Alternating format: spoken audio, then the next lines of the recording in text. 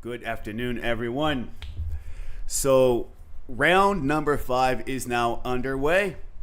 I would like to begin the broadcast by showing what the standings are looking like right now. The only player with 4 points out of 4 is Andrew Tang. Komrakulov won his first 3 games, took a bye on round number 4, and he's taken a bye on round number 5 again. He is presumed to be back tomorrow to play both of the Sunday rounds when he will have 4 points out of 5. Then with 3 points out of 4, we have Nathaniel Moore, Mola Bortnik, Jasmine Sue, Aditya Das, International Master Kevin George, and Grandmaster Michael Rode. These are the pairings for round number 5, where Mola Bortnik is playing Andrew Tang on board number 1. Kevin George versus Grandmaster Michael Rode. Board number 3, Nathaniel Moore versus Jasmine Sue. And board number 4, FIDE Master Joshua Colas versus Candidate Master Aditya Das. So let's take a look. At the openings, we have the first few moves there. We have a couple of new followers as well. Polly Croc and Jean Marie, Andrea, and Super Patzer 2 are with us right here, which is really cool. Mola Bortnik is playing white against Andrew Tang, and since Andrew Tang is a full point ahead of him, if he wishes to win the tournament,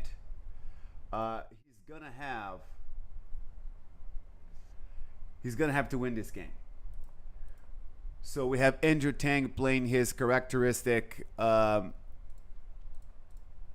classical opening,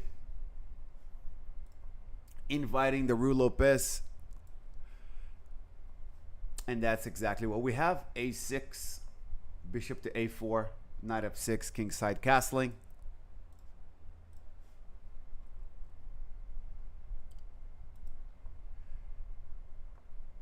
Bishop to E7 and pawn to D3. Okay, so this is known as the Magnus Carlsen variation. Before Magnus, everybody used to play the rook to E1 here to protect the pawn in this way, and then go for C3 followed by D4.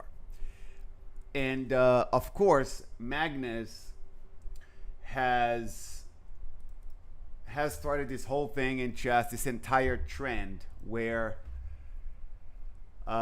you don't need to play the most aggressive, critical moves every single time. It might be equally as good to play a bit more calmly and keep the position more flexible. So he plays D3. And then we have B5, bishop B3, and D6. Black now has the positional threat of knight A5, which would win the bishop pair. It's considered to be a crime in the Rue Lopez to give up the light squared bishop like that. So C3 has been played because after knight A5, the bishop can be retreated to C2.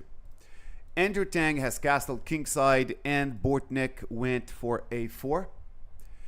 He is, of course, threatening to play A takes B5, followed by rook takes rook there. So bishop B7 protects everything. And now rook to E1. The most common plan for black now is knight to A5, followed by advancing the pawn to C5. It's also possible to play knight to B8 and then to D7 and C5. We'll see what Andrew Tang is going for. As for white, this maneuver of knight B1 to D2 to F1 is the most common here.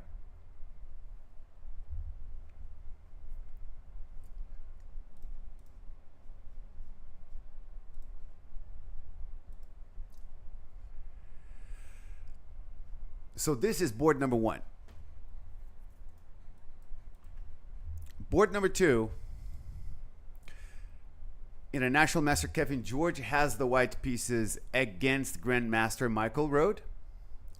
E4, C5, Knight F3, E6, and Kevin George does not go for the open Sicilian. He plays G3 instead. He's going for a quieter setup. Fianchettoing the bishop, castling kingside, and maybe playing the pawn to D3. And this might be very KIA-ish. Then let's go to board number 3. Jasmine Su has been a sensation.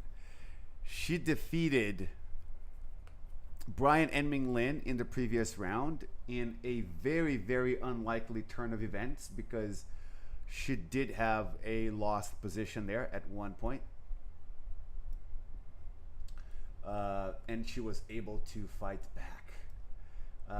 There was an unbelievable moment in that game when Brian Lin had a winning move, which, like, had he played it, the game would have been over. But it was incredibly difficult to spot it. How about we take another look at that? Because we're talking about the move of the tournament so far. So I'm going to open up that game again in a different tab.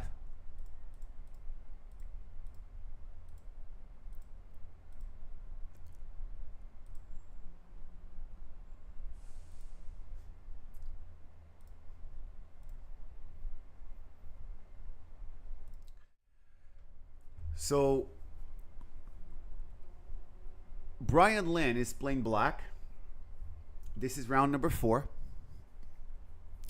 Jasmine Su has the white pieces, and she is pretty lost right now. She's losing 2 pawns, and the simplest way for black to convert is play knight c5 with the idea of bishop e4 check followed by rook takes g2.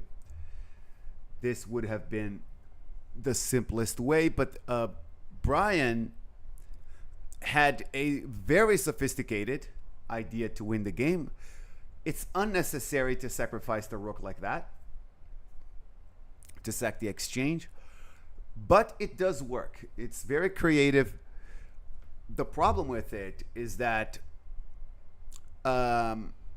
if black does not see exactly the winning continuation, it's not going to work. So bishop takes, rook, pawn takes. He wants to promote this pawn. Then Jasmine captured the bishop, and then he made the mistake of allowing rook to g4, rook to b4, and white is now winning. And so in this diagram here, black can go ahead and push b4.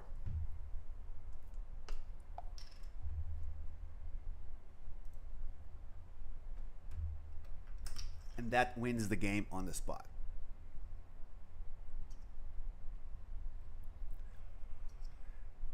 This is simply amazing.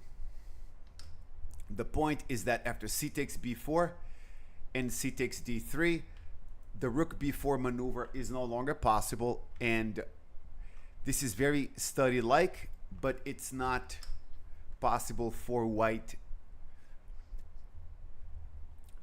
to fend off the promotion of the pawns. Had Brian Lin found this move, the game would have been over, and that would really have been the move of the tournament. It would have been unbelievable.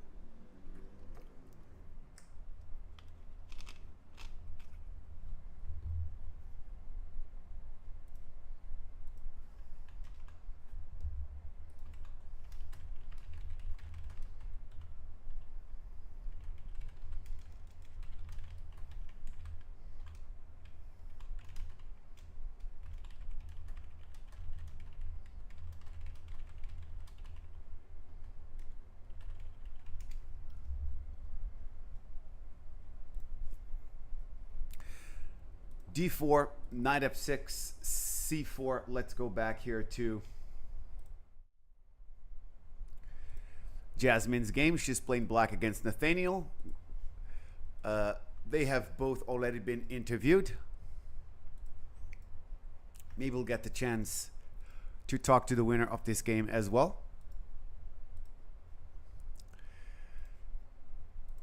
We have a Grunfeld defense. C takes d5, knight takes d5, and e4. Knight takes c3 and bishop g7. Bishop c4 and c5.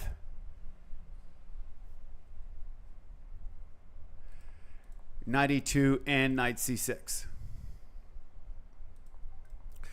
So this is arguably the most aggressive way of playing against the Grunfeld. The point of developing the knight on e2 rather than f3 is that when white castles kingside, the f pawn will be free to advance.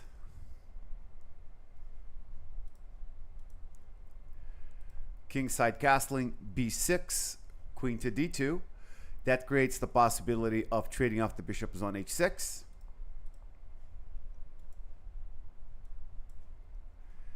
Rook a c1, rook c8, and pawn to f3.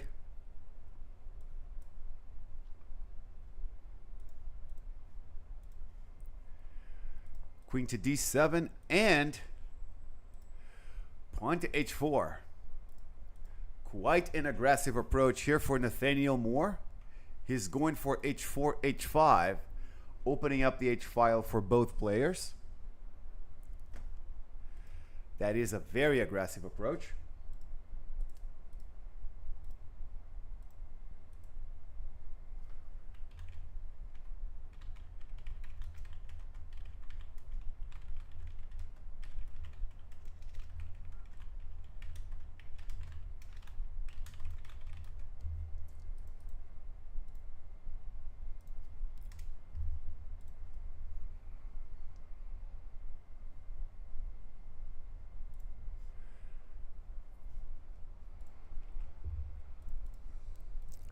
That doesn't mean white's attack is completely sound, okay?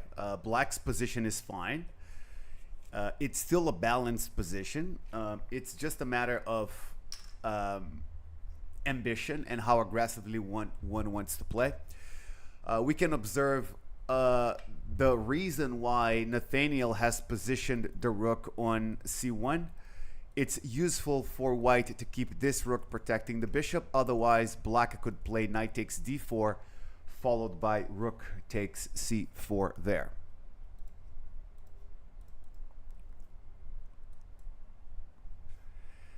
Knight a5 has been played, attacking Nathaniel's rook. There's no way he's going to allow this trade. I don't think he's going to play the bishop to b3. I'm pretty positive he's going to play the bishop to d3 instead.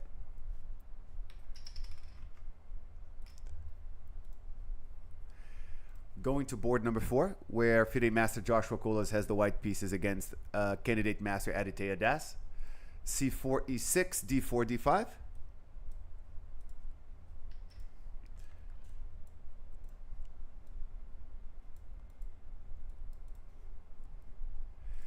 Knight f3, knight f6.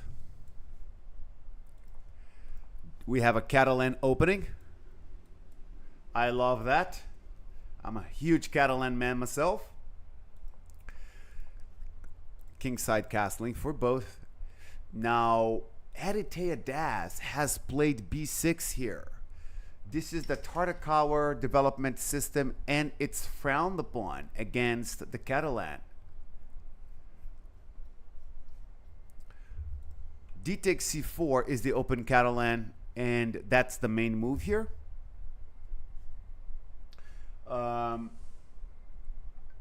In that position, whenever that's played, all right, so I'll go, say this for me, whenever that's played differently, I'm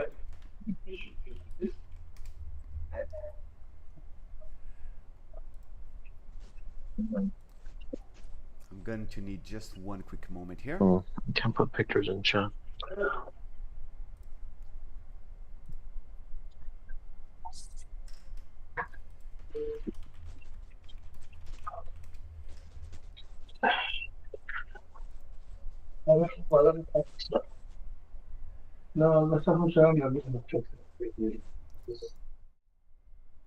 Right here. So D takes C4 is the main move. That's the open Catalan. C6 is the closed Catalan. B6, the Tartakower development system does not have a very good reputation here. C takes D5, E takes D5, knight C3.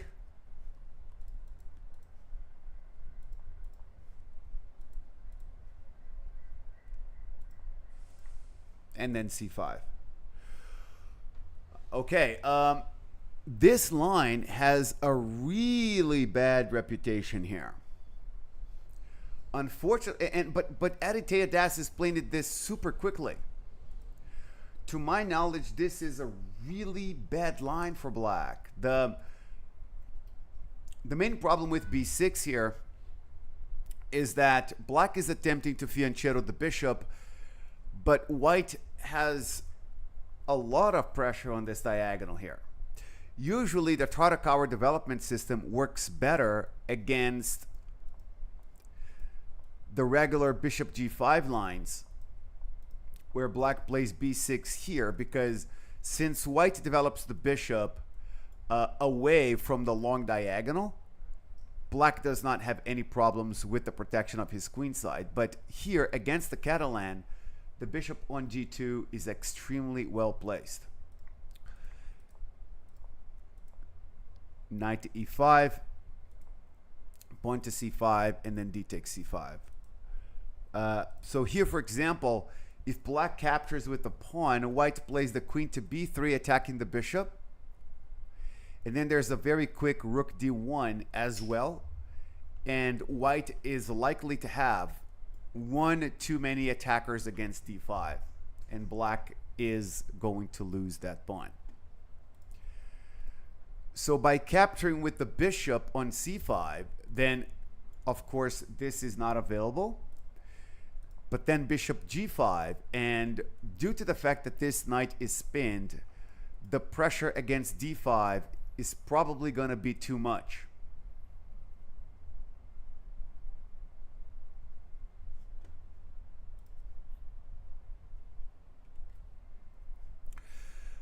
One of the main ideas for white now is to play knight d3 and then knight f4. And then have everybody ganging up on d5. To my knowledge, it's unlikely that black can protect this pawn. And if that's the case, Aditya Das might be losing material super quickly.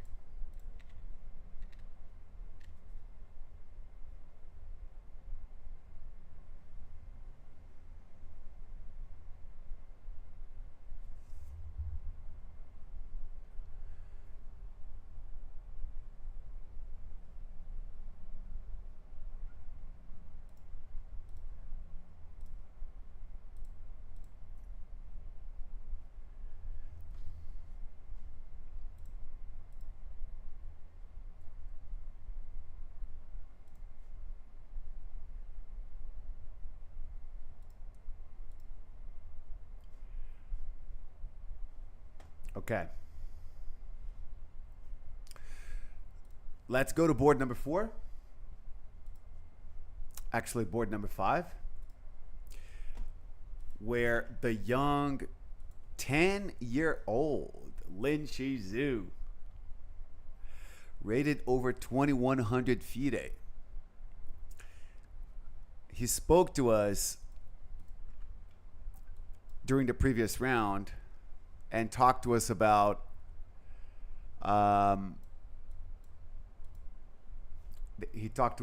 his dream of becoming world champion. And the interesting thing is that he referred to the possibility of him becoming chess world champion in the future. He said, obviously, my goal is to be world champion. So it's such a clear-cut thing for him. No, obviously. I'm 10 years old. I'm rated above 2100 FIDE. Obviously, I want to be world champion. And we have a possible future world champion. Who's to say he can't do it? Plain white on board number 5.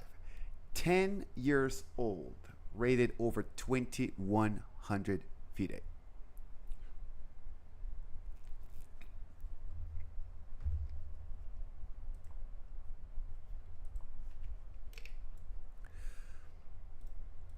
So Zhu has played H3.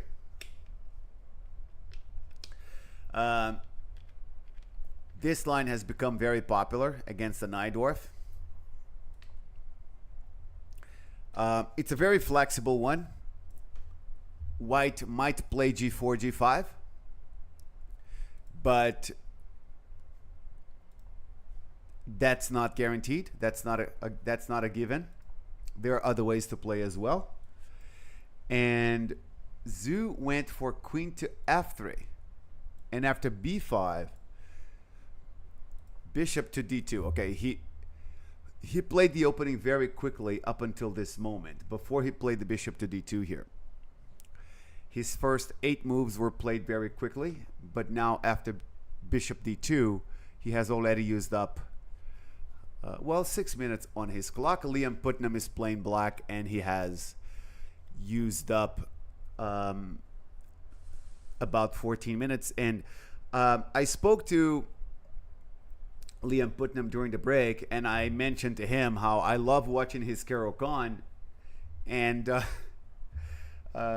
it's the first time I have called his games live, and he doesn't play the Caro-Kann. He went for the Sicilian Najdorf instead.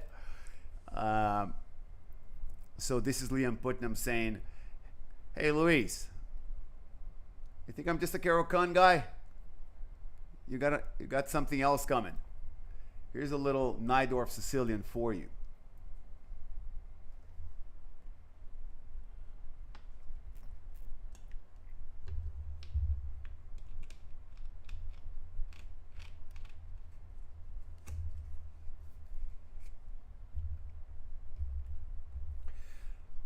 NCEB Chess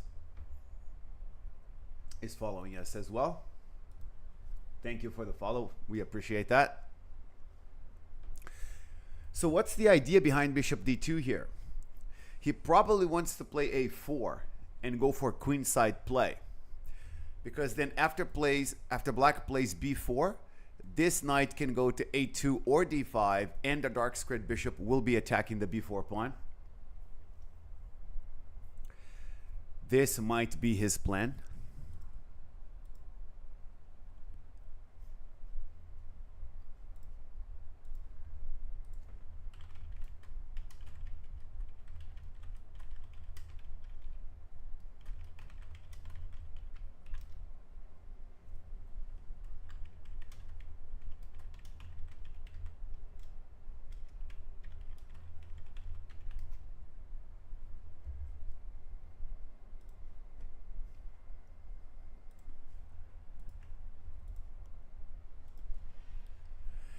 International Master Ishan Habar playing white against International Master Aaron Jacobson.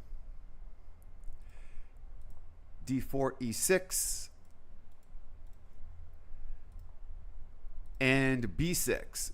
Jacobson goes for the English defense, and white has played the most aggressive move, which is e4, bishop b7, and bishop to d3.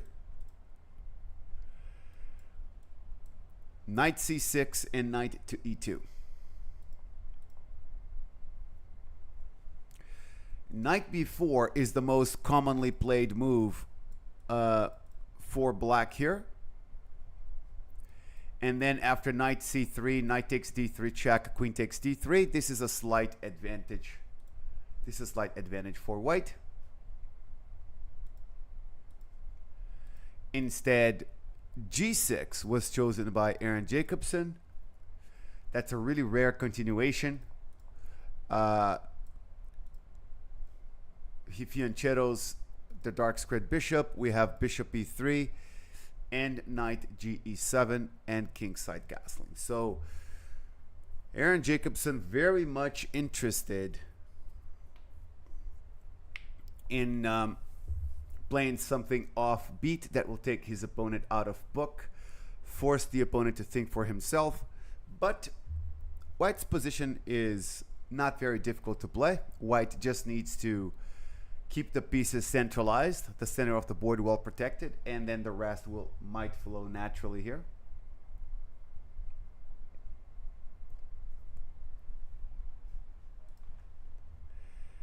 So that's board number 6. Board number 7, FIDE Master Nicolas Mata is playing White against Caleb Klenov. And Caleb plays the modern Benoni.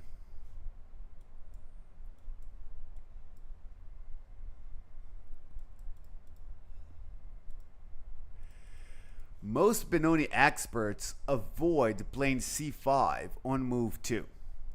Most Benoni experts will play e6 first, and they will only play the Benoni if White does not play knight c3. So against knight f3, c5. Against g3, c5. But against knight c3, no c5. The reason for that is the timing of attack.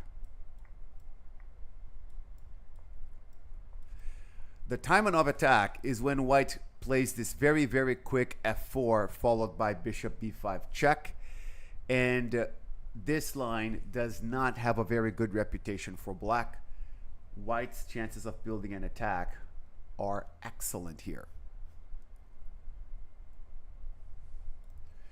So c5, d5, e6, knight to c3, trades and plays d6, and it looks like Nicolas Mata is indeed going for the timing of attack against Caleb Klenov.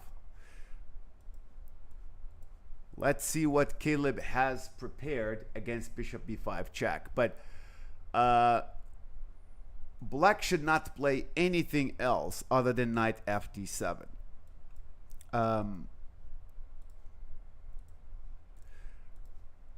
Any other move here has a bad reputation. So it basically goes like this. Knight bd7, e5 is good for White.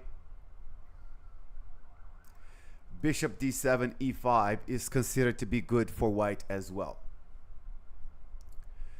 So by playing knight fd7, he ensures that this pawn advance attacking the knight is not there. And now we have one of Black's ideas is to play a6, attack the bishop, and if the bishop moves back, the pawn goes to b5. So Mata moves the bishop back to d3 prophylactically. This is one of the main moves. That means if Black plays a6, he will be ready to play a4. And b5 will not happen.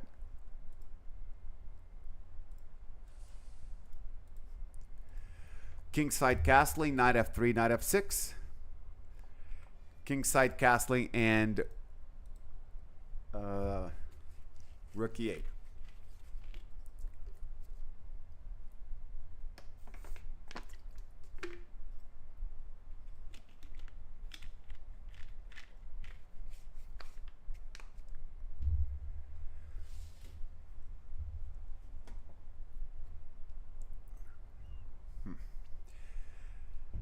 I really don't like this line for Black.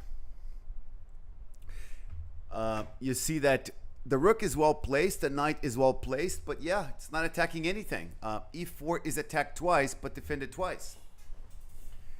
And the danger is always there that White will be able to prepare e5. And sometimes f5 followed by bishop g5 can be strong as well.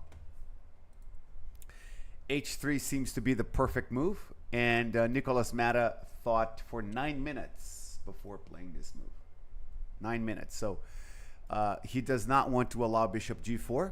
He wants to keep more pieces on the board. It's very useful for white in general to take away the g4 square from black's knight or bishop.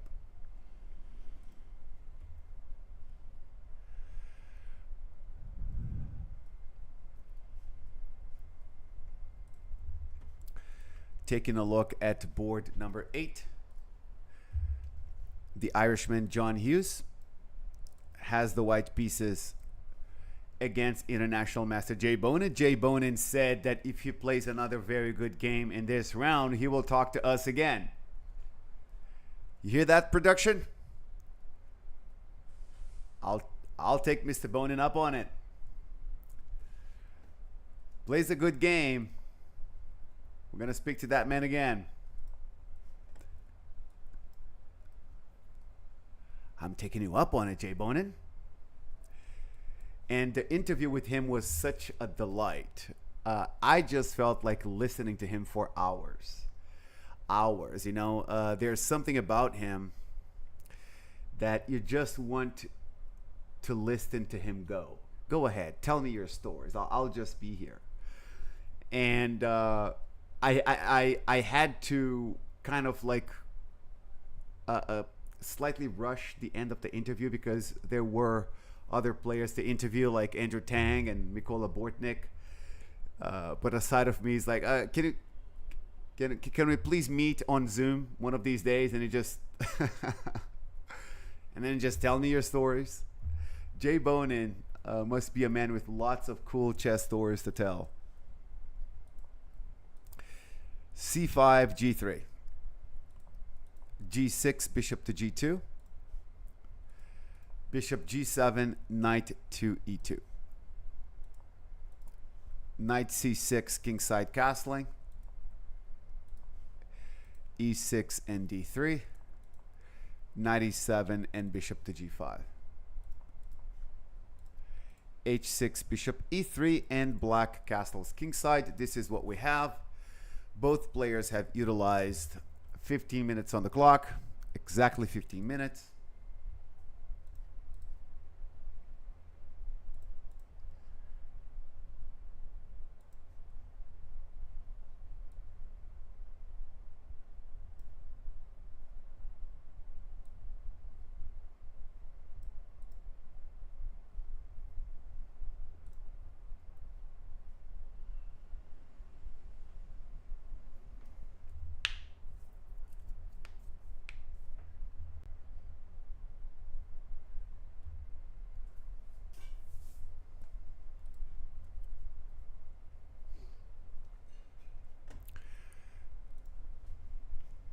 So we've mostly been looking at the top 8 boards, but for this particular round, we have very good players on boards number 9 and 10.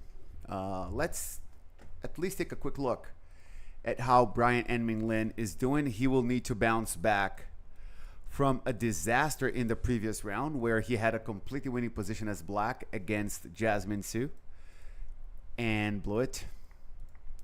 He needs to reset his mind, which is always easier said than done. Bishop E7, D takes C5, bishop takes C5, knight B3. Rook E1, kingside castling. H3 and H6. Bishop to E3 and queen to C7. Knight BD4 and A6. Bishop D3 and bishop D6. And then white plays C3.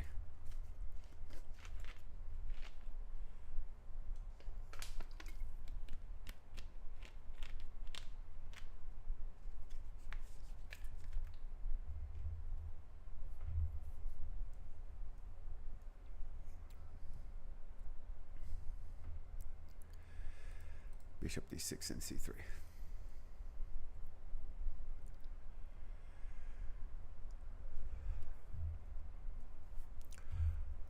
Regular IQP position in the Tarrasch variation of the French.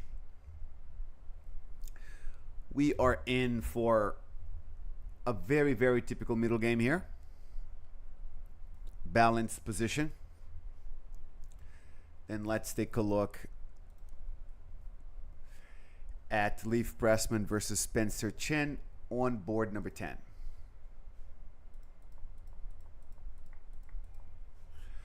We have an open Sicilian where white captures on d4 with the queen. All is unusual. Knight c6 gains a tempo, the queen moves back, and then white plays c4 and knight c3, going for a Maroczy formation. a6, bishop d3, bishop e7 and queen to e2, and then pawn to d6.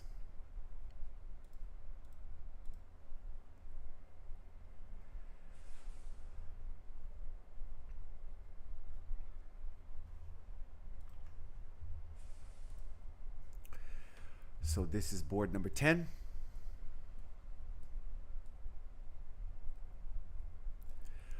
We have looked at each of the 10 games at least a little bit at this point.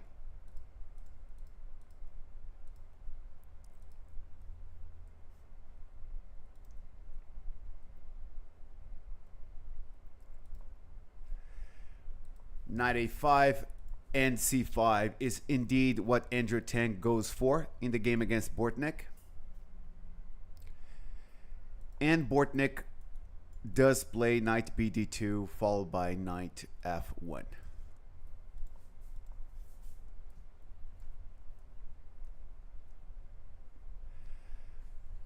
Pretty good question for Andrew Tang now is if he wants to play b takes a4 and try to take that pawn.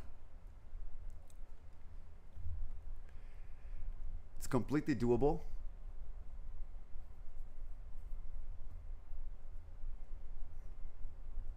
It's not a high quality pawn, but it's a pawn.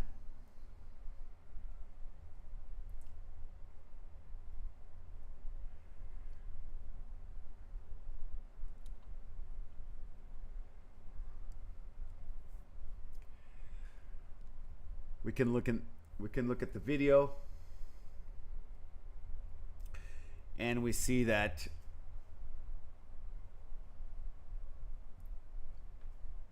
Andrew Tang is fully focused on his decision now. Does he want to play b takes a4? And board number 2, a battle of generations. We have Kevin George with the white pieces against Michael Rode.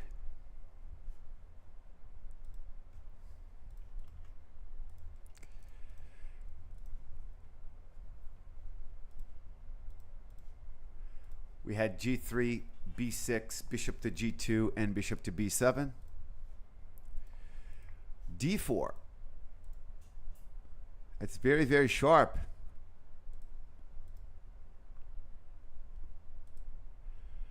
Oh. That's really interesting.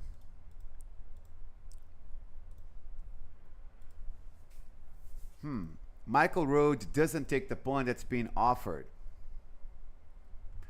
If bishop takes e4, white would most certainly play knight c3,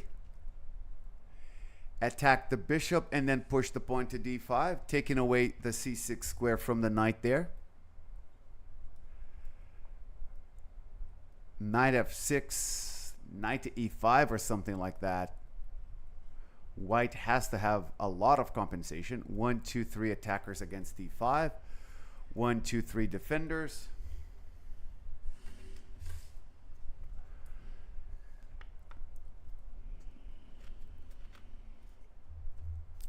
It does look really dangerous to take that pawn.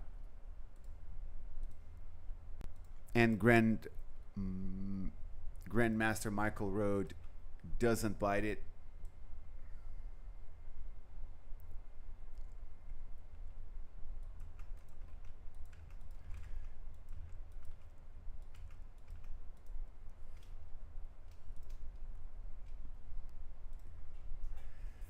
So instead he plays c takes d4 and pawn to a6. Kingside castling ND6, and Kevin George goes for the Moroxy formation as well. So we have a couple of Moroxy structures in this round. Forking Autistic is the new subscriber to our channel. Thank you so much.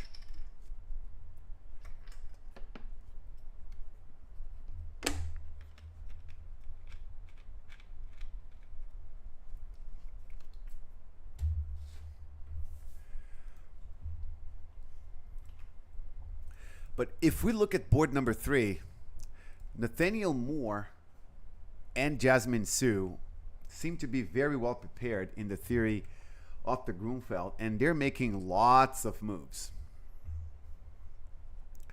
So we had stopped at knight a5 when I predicted that bishop d3 was going to be played by Nathaniel, and indeed it was.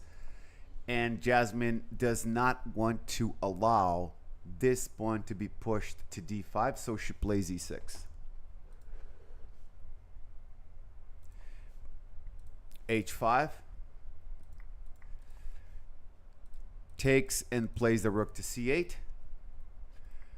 Rook takes check and queen takes. Not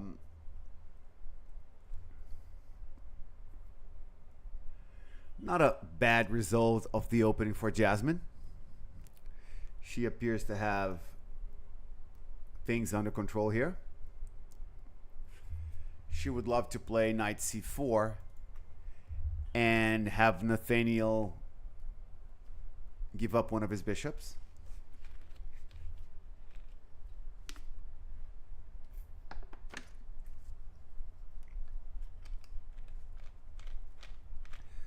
You can see them in the video right there.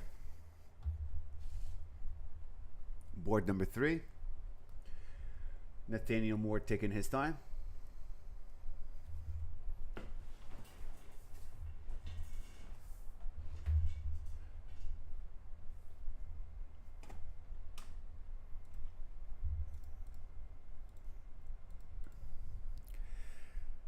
Joshua Colas versus Aditya Das.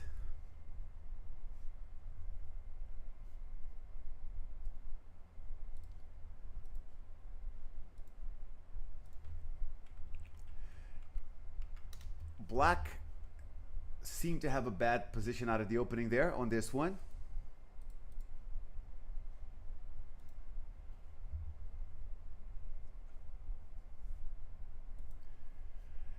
And we will see what happened after move 11. This is where we stopped.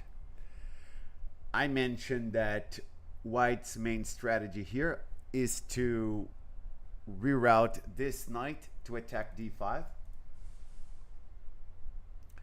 The main way to do it is knight to d3 followed by knight to f4.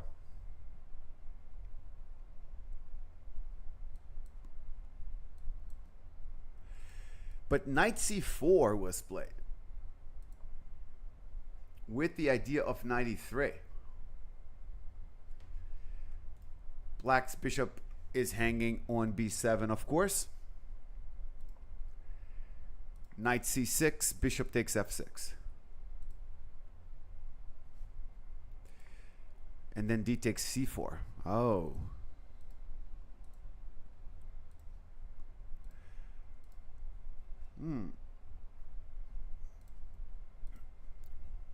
Seemed to have been a good reply by Aditya. Bishop takes e7, queen takes e7. Queen to a4.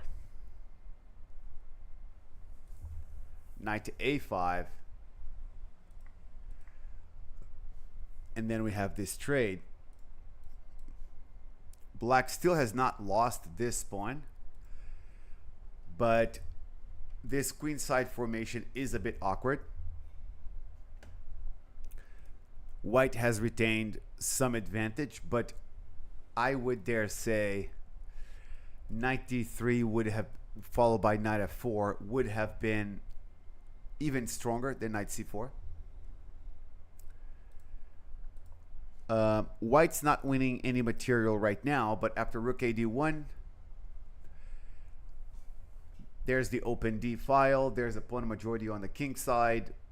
Black's offside knight on A5.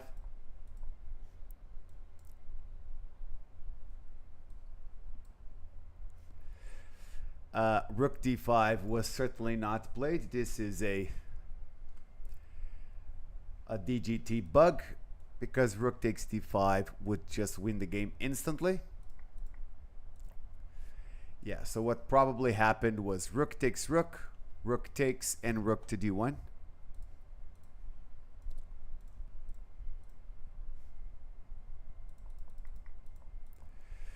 And queen to E7.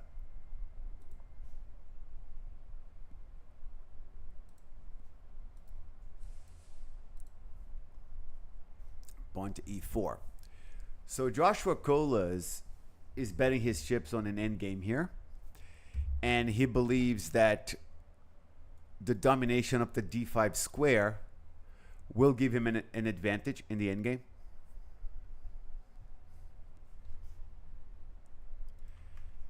And he's probably right.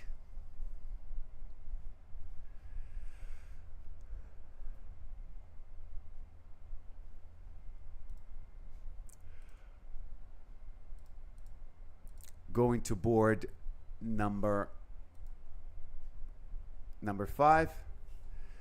Zhu has played bishop d2, kingside castling, and a3. I thought his idea was to play a4.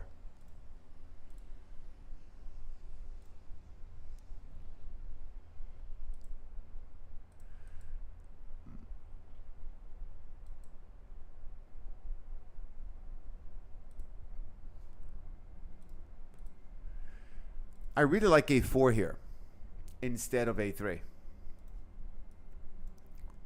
I'm going to mention this to Zhu if I get a chance to talk to him after this game. The point being that after b4, knight d5, knight takes d5, e takes d5, this pawn is under attack. And after a5, white plays c3 with the idea of recapturing with the bishop and putting pressure against a5. White does tend to have an initiative on the queen side here. Instead, he chose to play a3.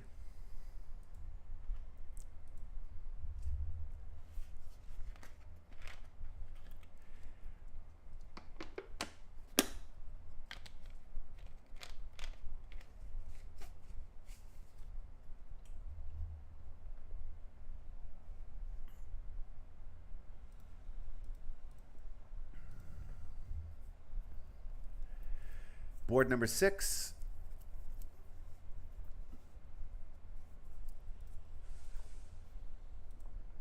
So it was Ishan Habar's turn on move 9 against I am Aaron Jacobson, and he took a long time to make his decision on how to proceed in the middle game. But after 21 minutes in the tank, he goes for f4, indicating that he wants to grab as much space as he can get. Certainly a very worthwhile approach, and we'll see how Aaron Jacobson reacts, but certainly Jacobson is going to play something active now.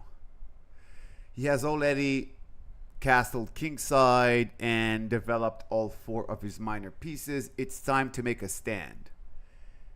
And he might play f5, or he might play d5. One or the other. And it feels like quite the decision. It might take Jacobson a good while to sort this out. Which of these two pawn breaks is the one that Black really wants to make? Kaflos Farik following us. We appreciate that.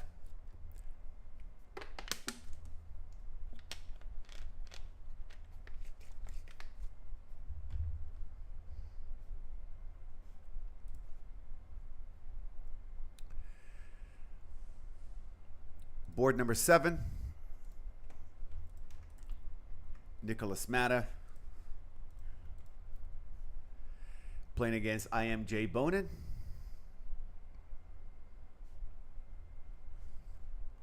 No, I'm sorry, against Caleb Klenoff.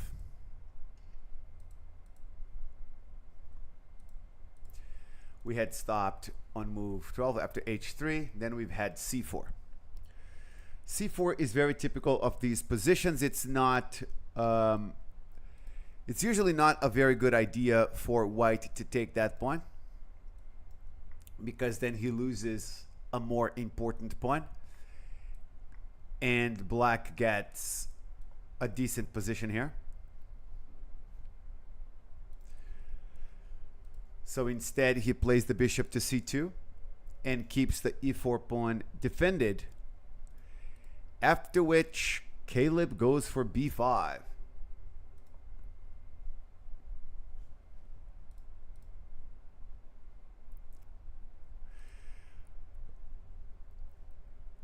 Once again, taking on b5 is a bad idea.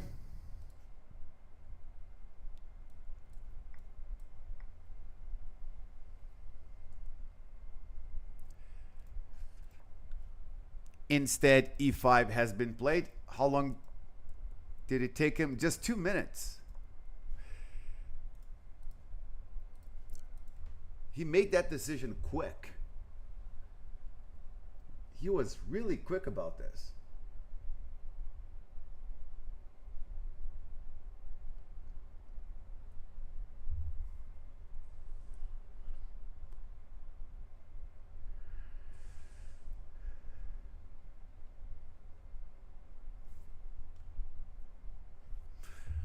And I don't see why not. Looks like a great moment to push. Then we've had queen b6 check. And Caleb played queen b6 check so quickly too.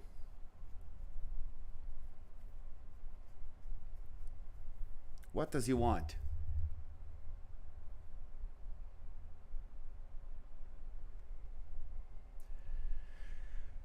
Maybe he wants to induce king h2 from Matta.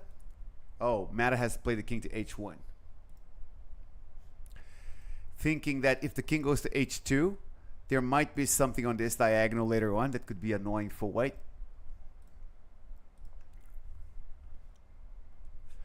King h1 was played.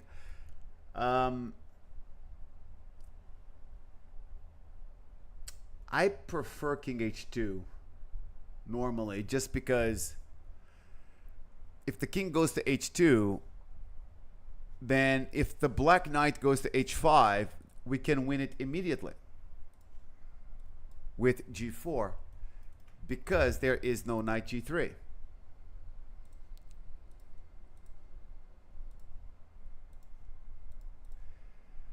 So king h1 does not protect g3. That makes knight h5 playable.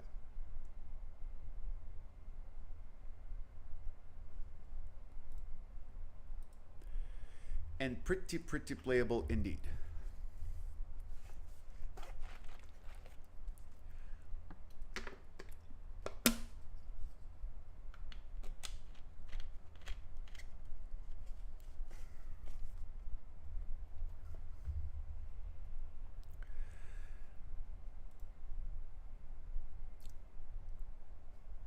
And Matta, so it took him 6 minutes to make this move.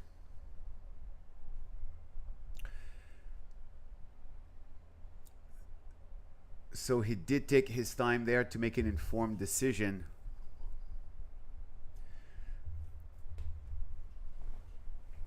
But not protecting the g3 square is probably not the best approach.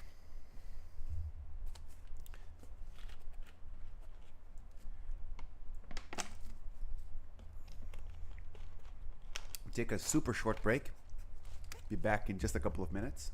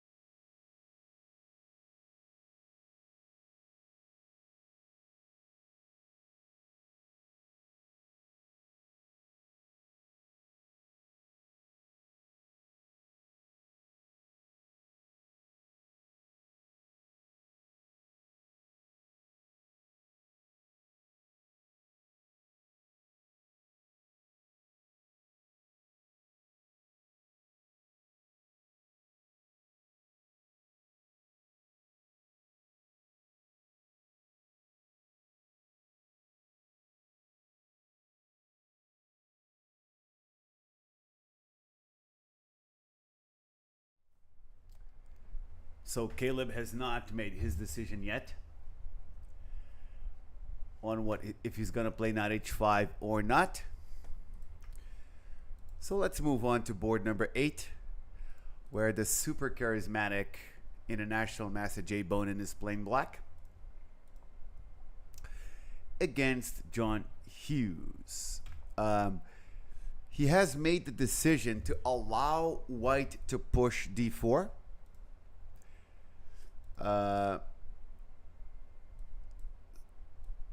Certainly he allowed that on purpose. He could have stopped that idea by playing the knight to d4.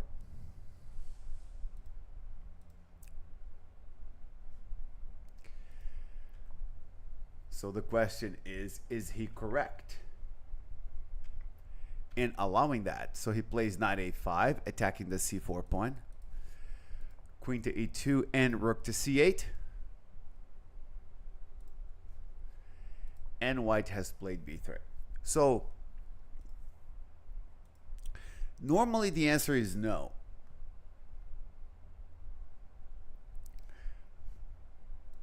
Normally the answer is allowing d4 is not the best decision for black. The reason for that is that in these types of positions right here, black tends to suffer a bit along the d file. Like rook f d1, knight b5, and knight d6 types of ideas. However, Jay Bonin goes for d5. So this was his idea all along. The knight on c3 is hanging. So c takes d5 is not an option.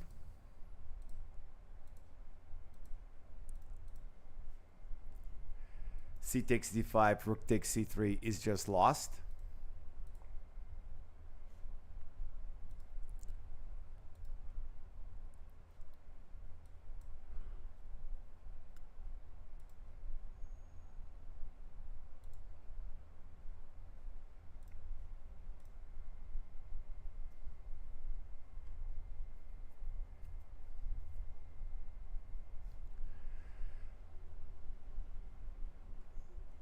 White should probably capture with the e pawn.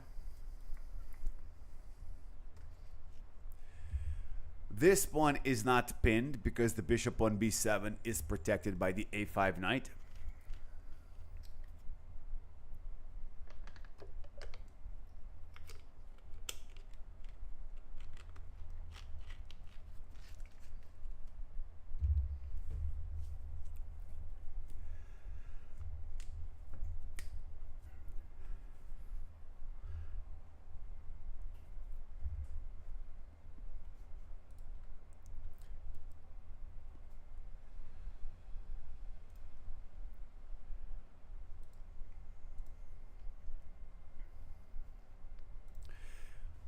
Taking a second look at board number 9,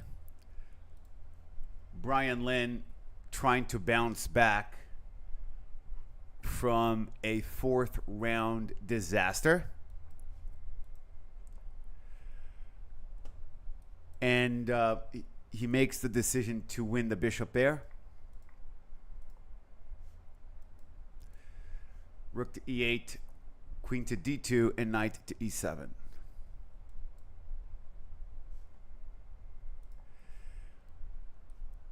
And bishop back to c2.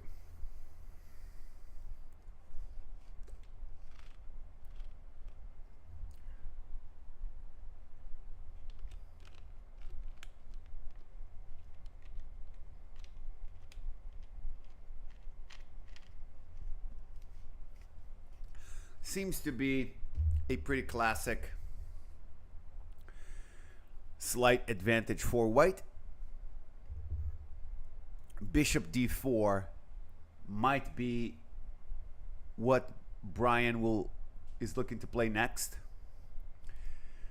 This knight on c6 controls d4. So once the knight moves, from c6, this move tends to become stronger for white. Candidate master Chen Chuan Ling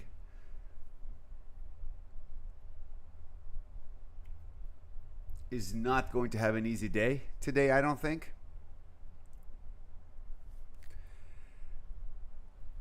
I believe black's position is slightly worse, but it's also slightly more difficult to play, to find good moves in.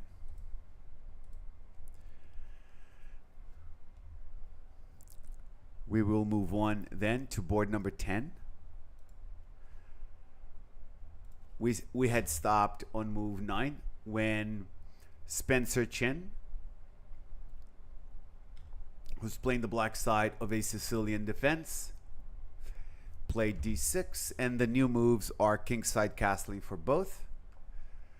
Rook d1, knight d7,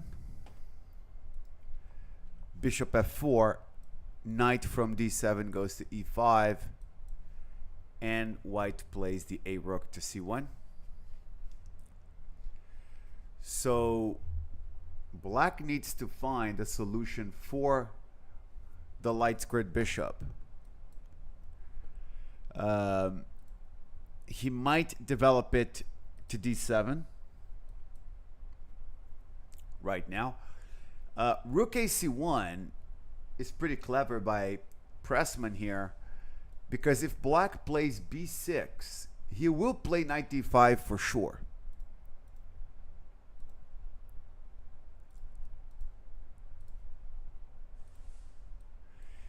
And then if e takes d5, c takes d5,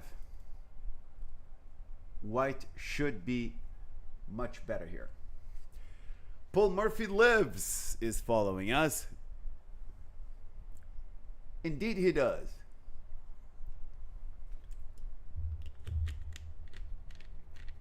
I love me some Paul Murphy.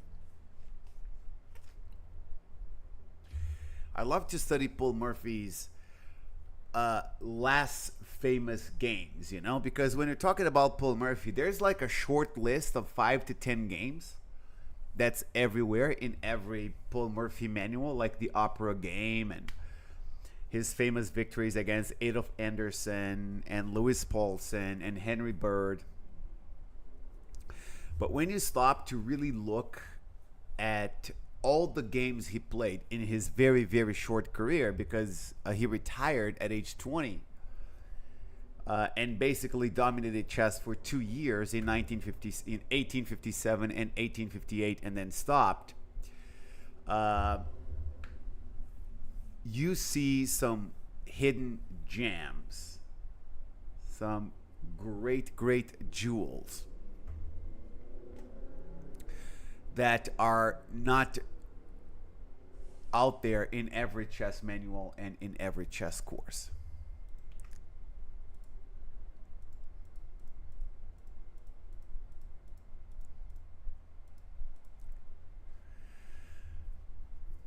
So let's circle back to board number 1. Bortnik and Tang taking their time.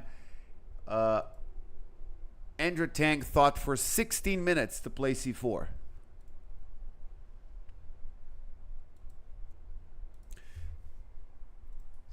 So he decided not to play b takes a4, but to play c4 instead. He wants his light squared bishop and knight attacking e4. And so Bortnik understandably replies with knight g3.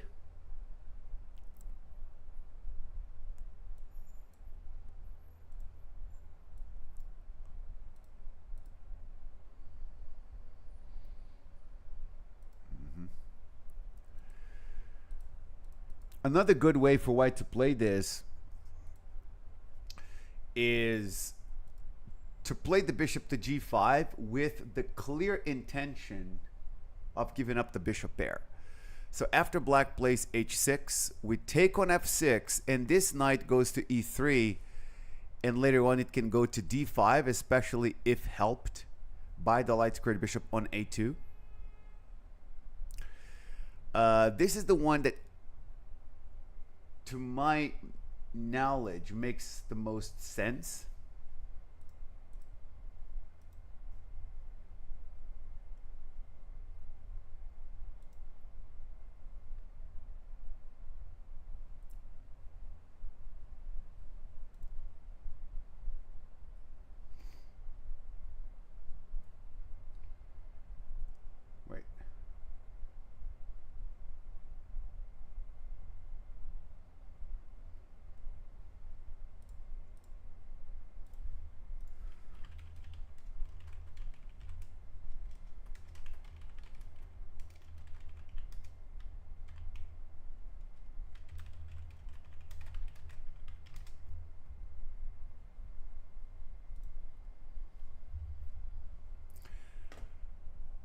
So knight g3 instead has been played,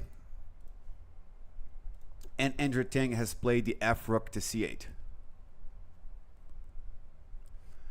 Andrew Tang is very concerned with the protection of the c4 square. He's got the rook, he's got the knight, he's got the pawn.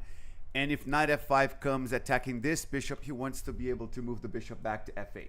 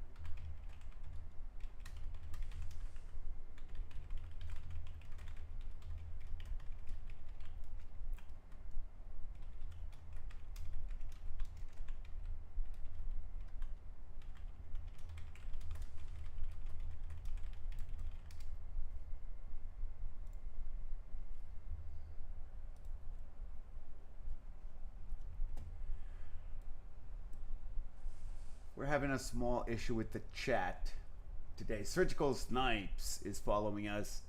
Thank you for the follow. I'm having a problem with the visualization of the chat window. We're trying to work on that.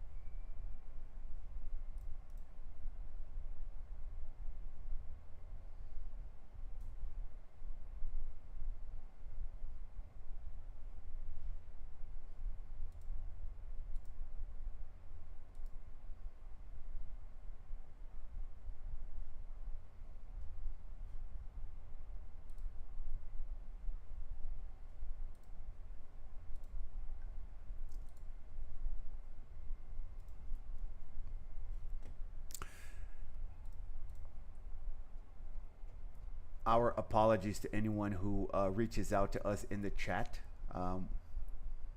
We're not seeing it at the moment here.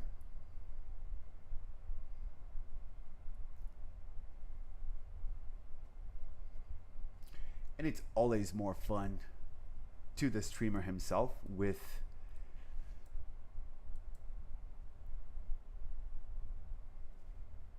nice, good old-fashioned interaction.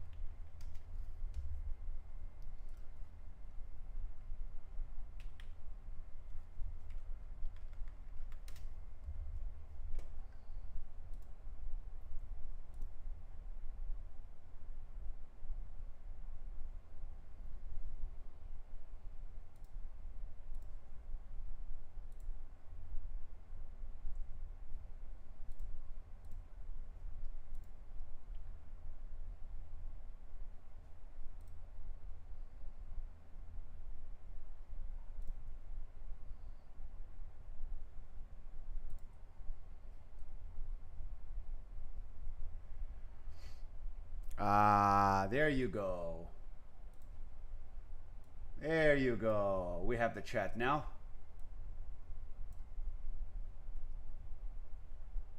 There you go.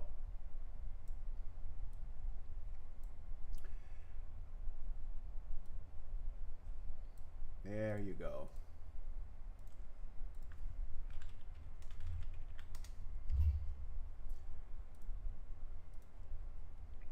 Now this works. Now we're back. Now we're looking at the chat. Let me roll this up for a moment here just to see everything that I missed.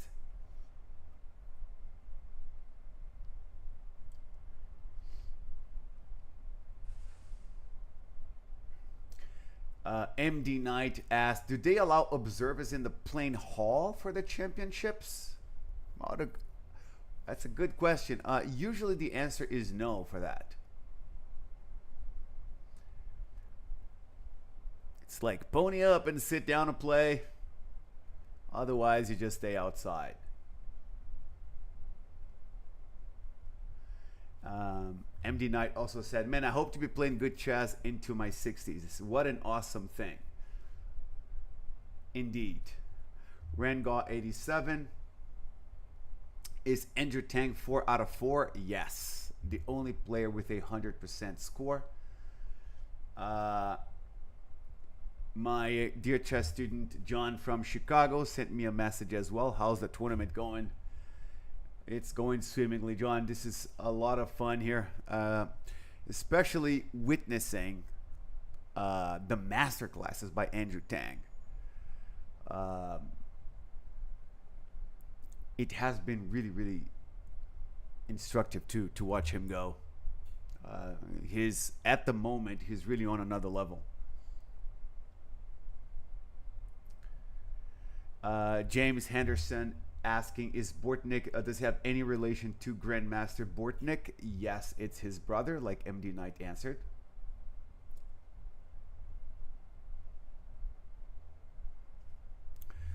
Zoomja saying, the legend himself is commentating again. Thank you so much. I don't think I qualify for that, but I'll take it.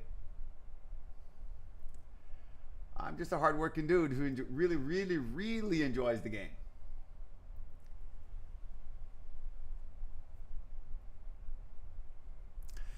Okay, knight f5 has been played. And what Mola Bortnik probably wants is to induce bishop f8. And he wants to play bishop g5 as a response.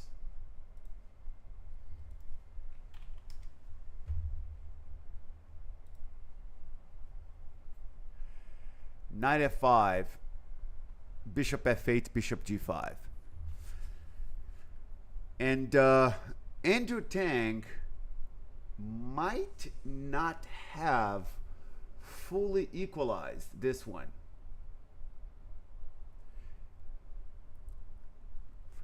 I'm sure Mola Bortnik wants to play this one really well. In his other battle against the GM, he was pressured by Kamrakolov in round number 3 in a way that that must not have been an easy experience. You know, Kamrakolov was able to squeeze a really strong technical win, and so certainly Bortnik, playing against Andrew Tang, wants to do his best and give this Grandmaster a great battle.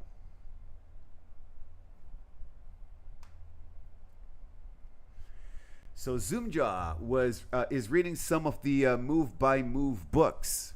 Would you mind sharing with us which books in that series you were reading, Zoomja?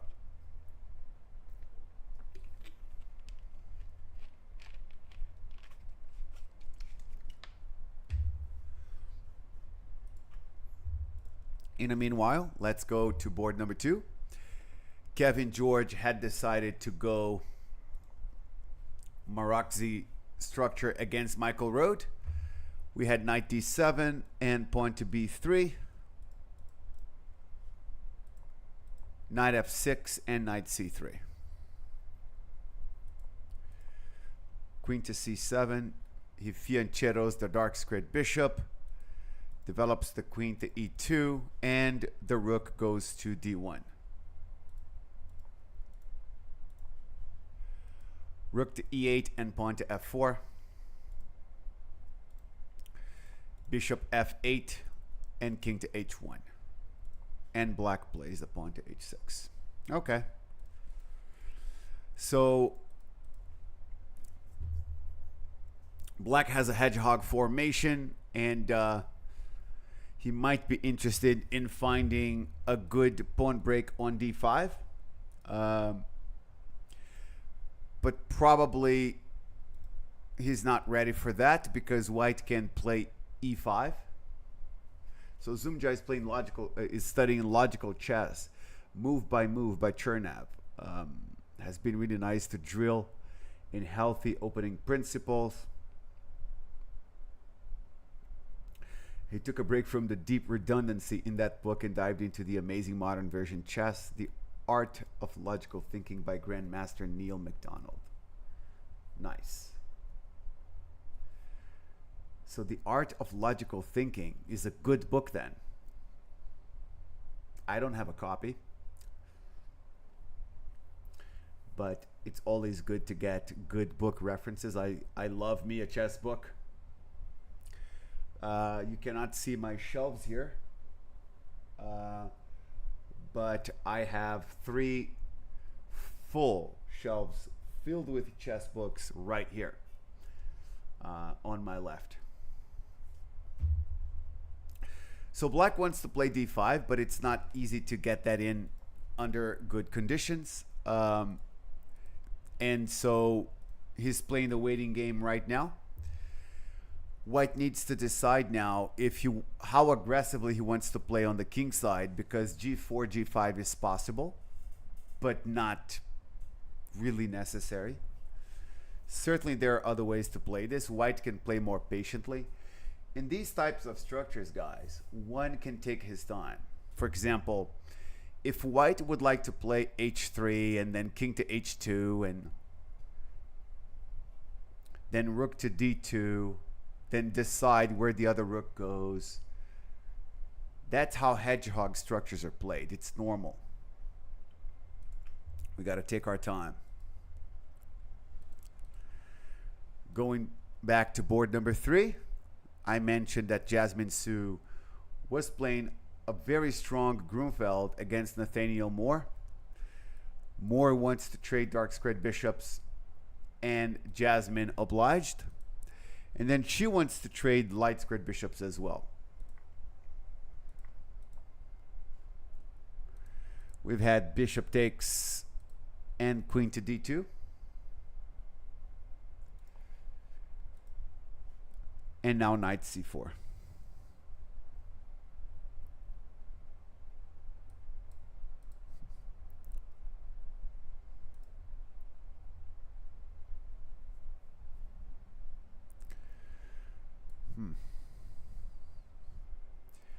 Black seems to have a good position.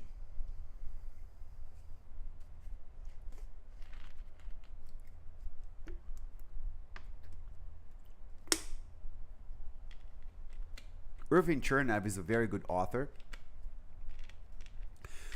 But usually anyone who studies too many of Irving Chernav's books eventually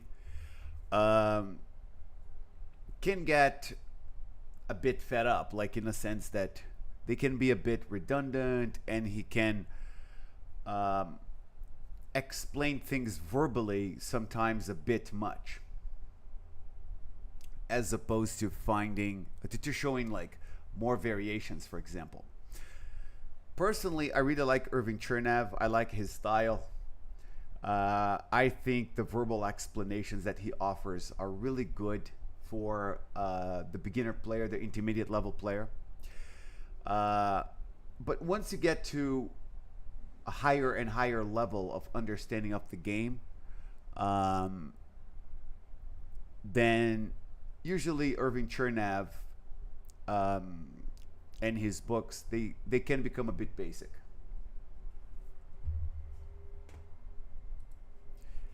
He was not that strong of a player himself. He was a good player. And there's a famous quote of Irving Chernab's where he goes, I know I'm not the greatest chess player in the world, but I don't think there's anybody on this planet who spends as much time at the chessboard like I do. Basically saying, hey, I'm the hardest working chess player in the world. And, you know, to me, that's what counts.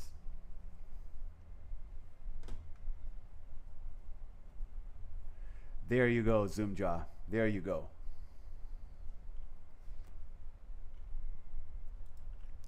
That sums it up. Going to board number 4, where Joshua Colas had a slight endgame advantage against Aditya Das. Queen to b5.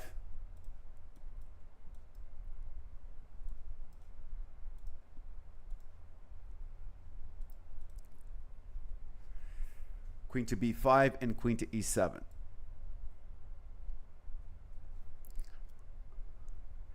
Interesting to observe how queen to d2 threatens nothing. It's like white completely ignores it. King to g2. No checks, no attacks, no nothing.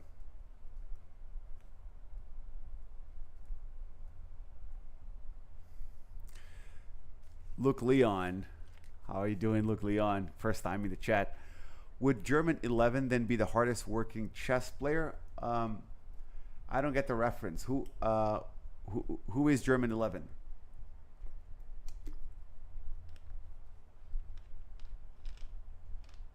Is that someone who plays lots of chess online?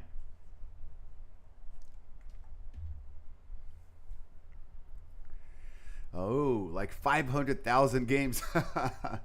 So he's the hardest working chess player. Sebas from Argentina. Hola, hola, mi amigo. ¿Todo bien? Muchas gracias. Muchísimas gracias. Nice stream. Thank you. Plaster Hippie. German 11 has 660,000 games on Lichess.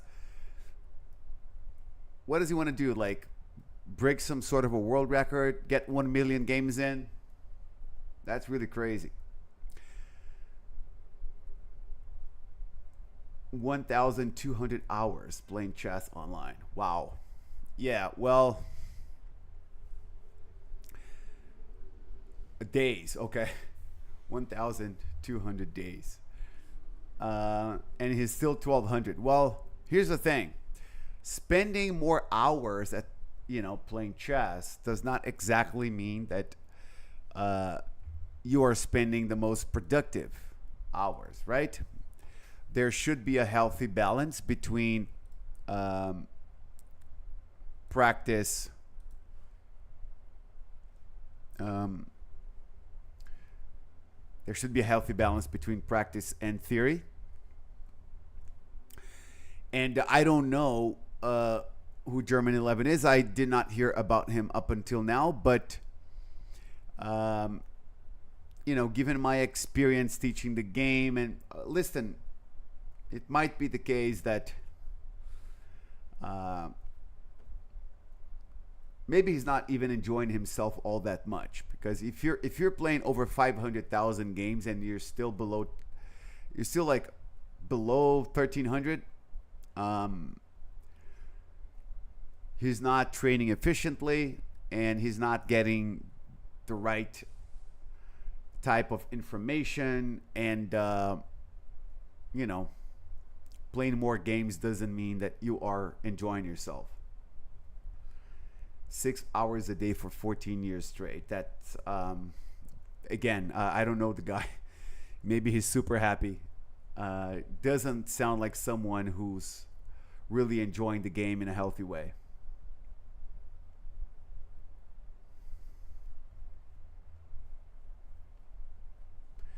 Sabaz asking best lessons of a chess coach. I don't know that book either. Who's the author of that book, Sabaz? Yeah, but then, plays for fun. 6 hours a day, binge playing, and not increasing your rating. I doubt that he's having fun.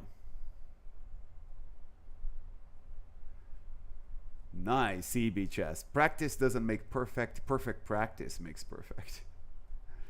I doubt that he's enjoying himself. So queen to e7, pawn to h4. King h7, king to g2. Queen to b7 and knight e5.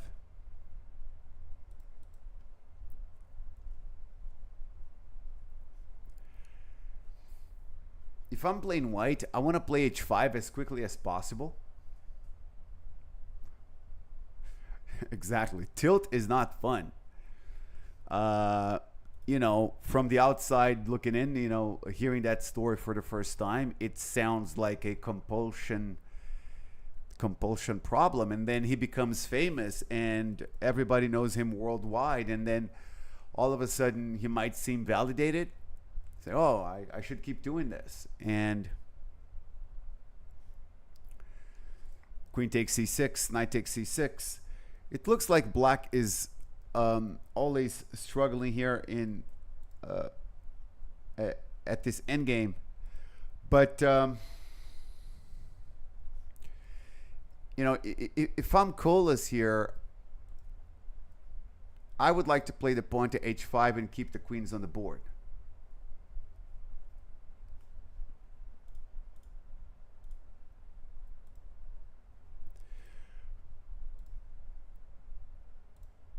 I'm not a huge fan of the queen trade here.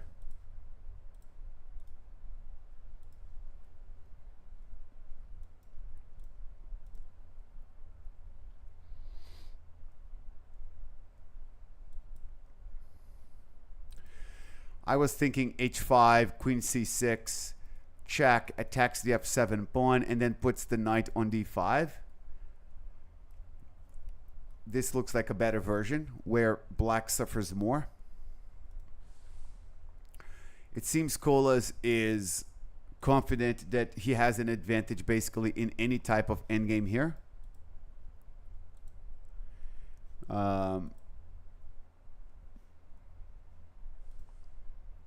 Knight to c7, b4, and knight a6.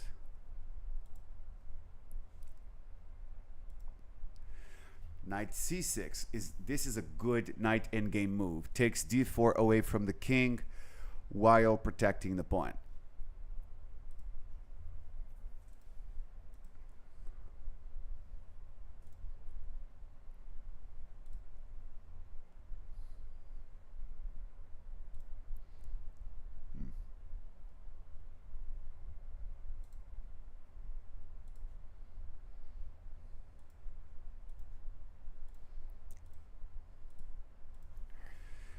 f4, g5.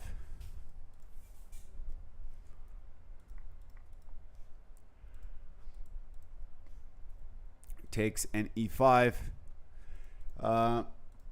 It feels like the worst has passed for Aditya, and he didn't have a very good position out of the opening.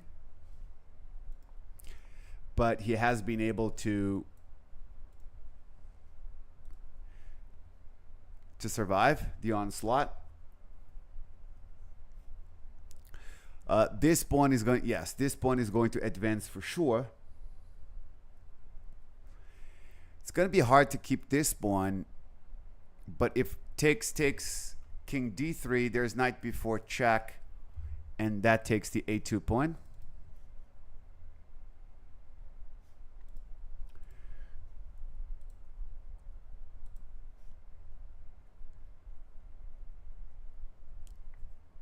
So black is not,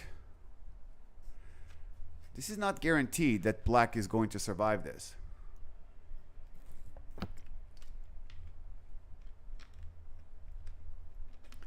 White has a pass protected pawn on the 5th rank and a better centralized king.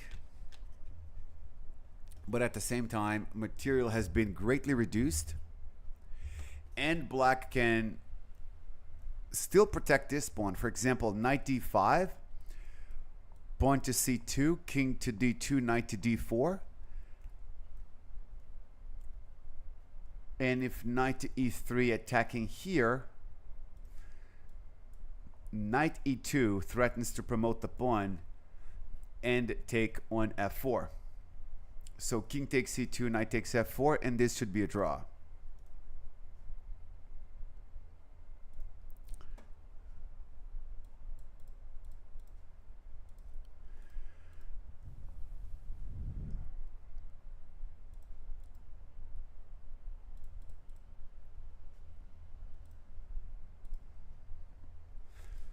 Knight d5 has been played, and black will almost certainly play c2 here.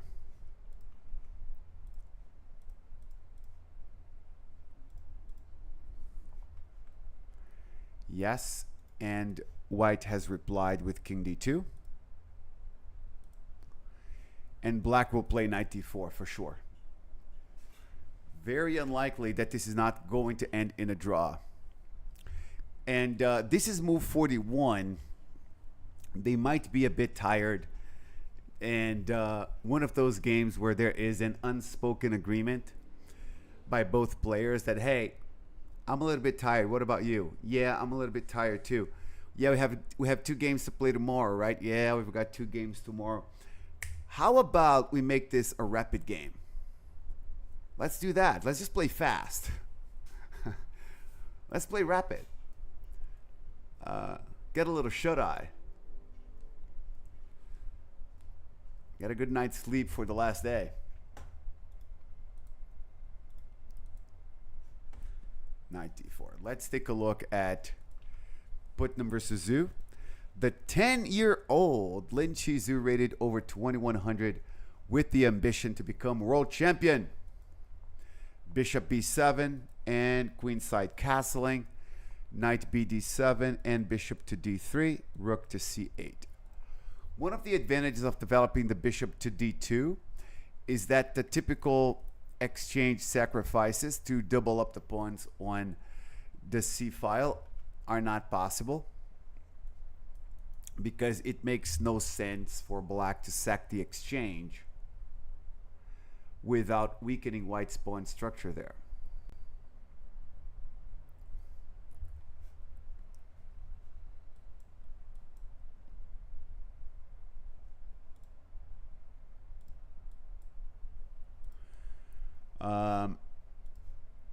Rook to c8, pawn to g4, knight to c5.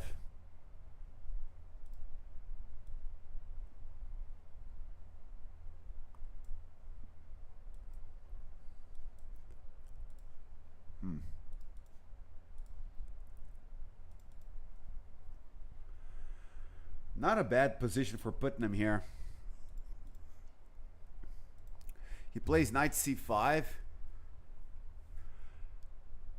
We have king b1, knight takes d3.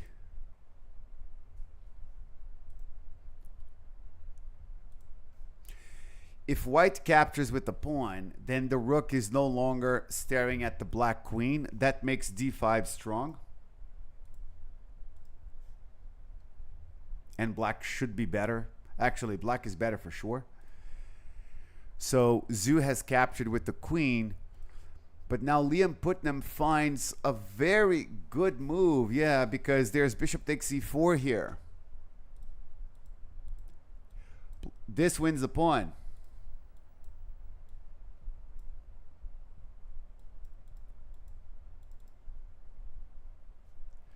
This wins the pawn.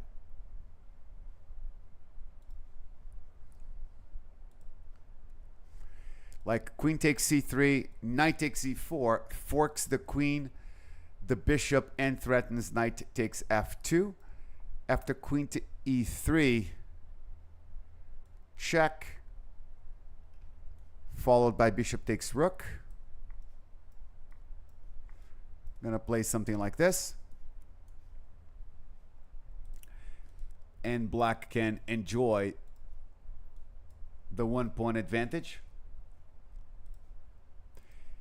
And it's not just a pawn advantage. After rook d1, like queen to f3, looks like white has problems protecting his kingside pawns as well. So bishop takes c3, bishop takes e4, and queen to f1.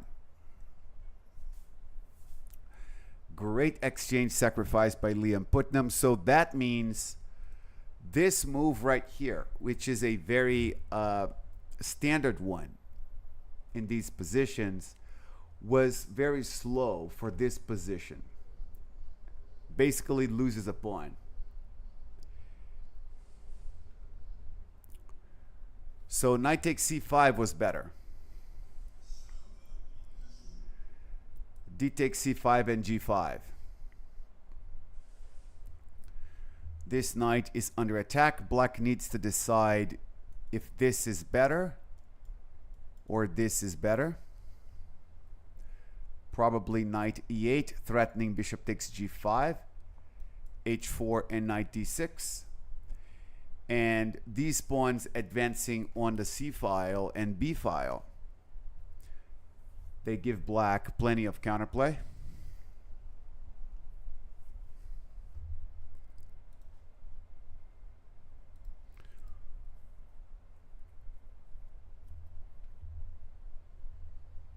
I would really prefer to be black here.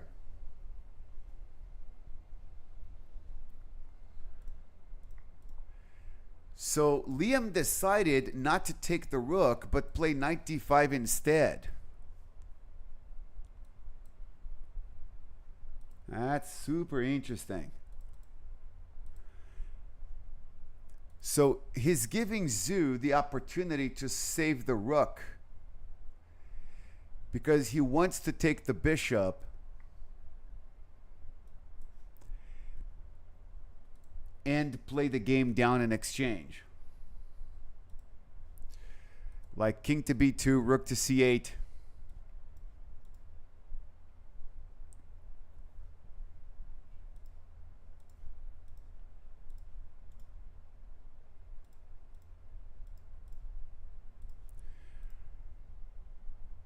Deep rabbit hole.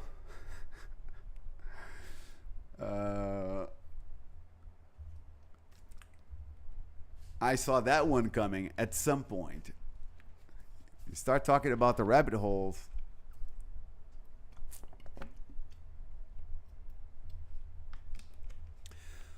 So the reason my unlike nickname in Chaz is Deep Rabbit is just because my family name, Coelho, Coelho, in my native Brazilian Portuguese means rabbit.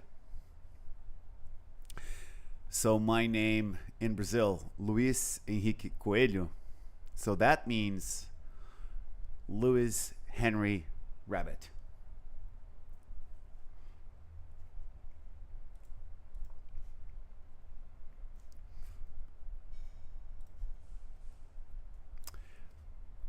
Taking a look at board number 6 again. IM's Habar and Jacobson duking it out. F4 took Jacobson 6 minutes to decide on D5 rather than F5. I had mentioned that both moves are possible. C takes D5 and pawn to E5. F6, King H1.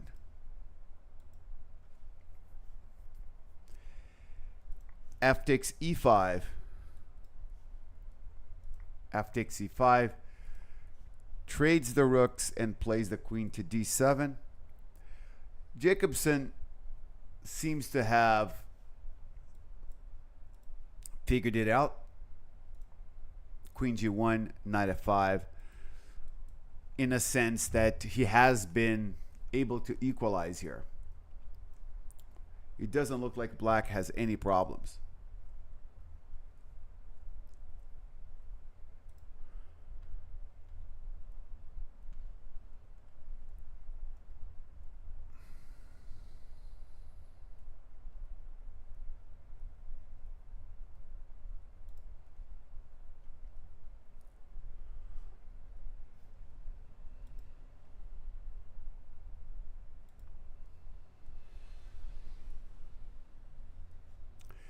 Trying to find what Habar could possibly have done earlier to guarantee an advantage, but I don't really, I'm having a hard time finding it myself.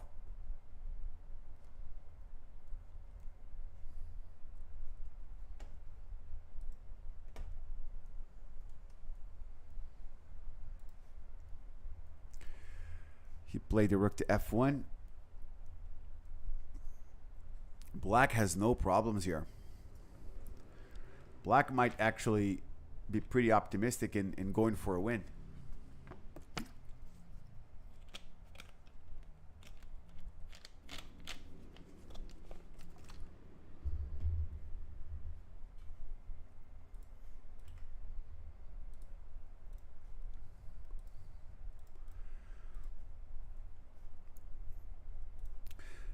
So after Nicolas Matta's king h1, black indeed chose to play knight h5, threatening a fork. Then we had rook e1, d takes c5, f takes c5, knight g3 check, king h2, and knight f5.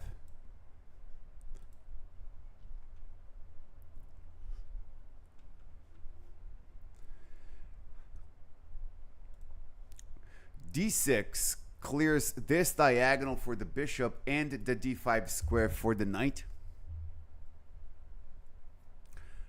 Looks like a pretty good decision. And Caleb plays the bishop to b7, allowing bishop takes f5. Allowing that.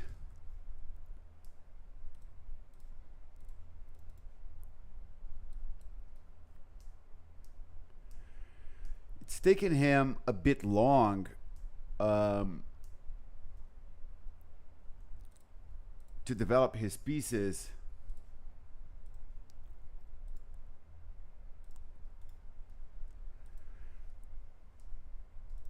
This idea here did not bear a lot of fruit.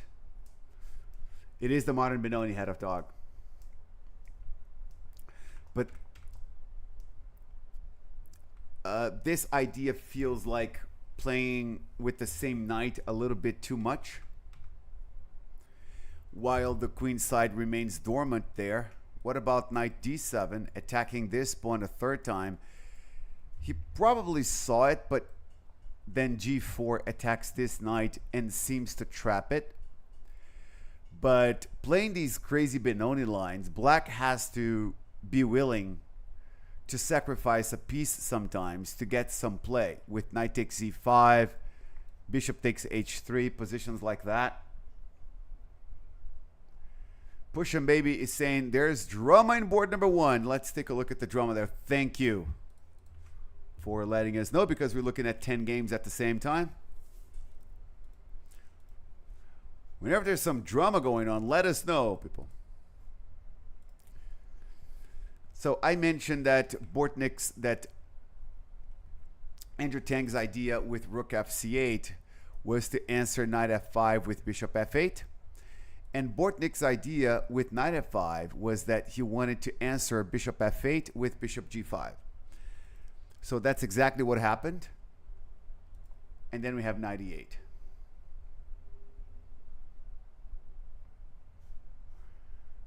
Black must be active in the Benoni even if he can't. It's a Mikko Tal quote. Sounds very Tal-ish.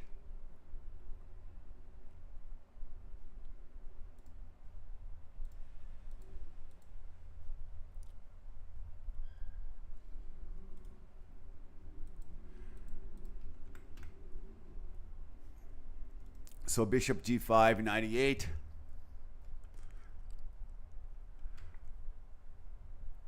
D takes c4.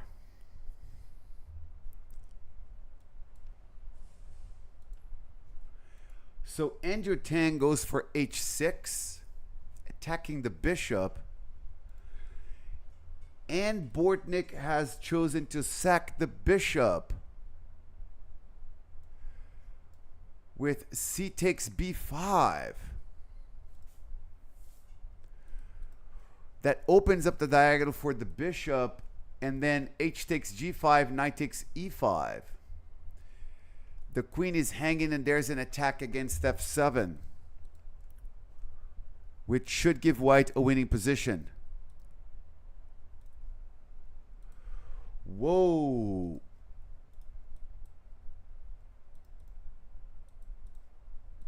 This might be the move of the tournament so far. C takes b5. Santi Chas on stream, following us as well now. Thank you so much for that. So h6 might have been Andrew Tang's first big mistake of the tournament. And he might have done better to just play the simple knight takes c4. We would still have had bishop takes c4 and knight takes e5.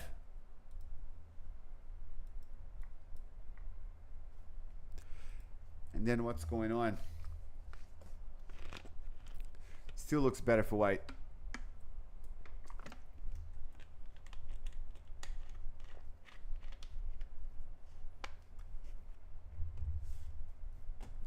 And he probably saw this and didn't want to go for it.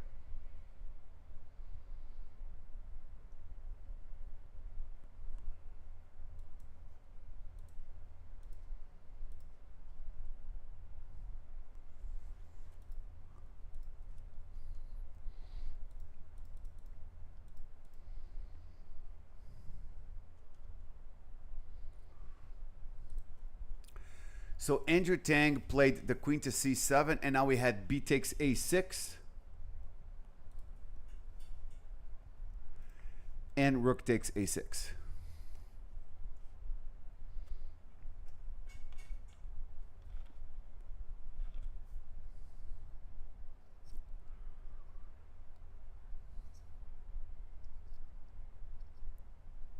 Andrew Tang is down 2 pawns now.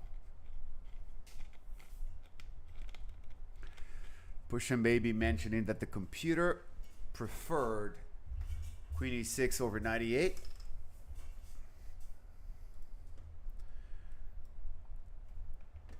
That's a little bit of a weird move for a human player, considering that this move pins black's c4 pawn.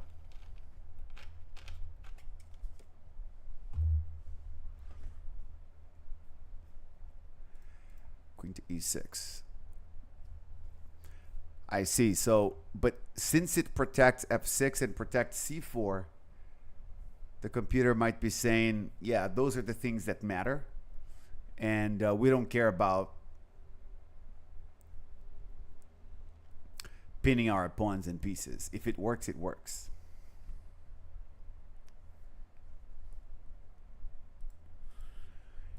So against h6, Bortnik played c takes b5. B takes a6, rook takes a6.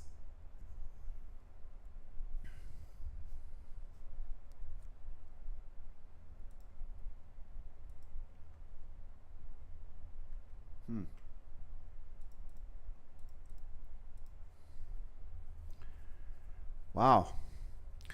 So what I'm thinking is when Bortnik played knight g3,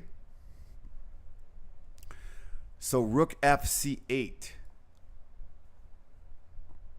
was probably an inaccuracy by Tang, and he should have played g6 to keep this knight away from f5.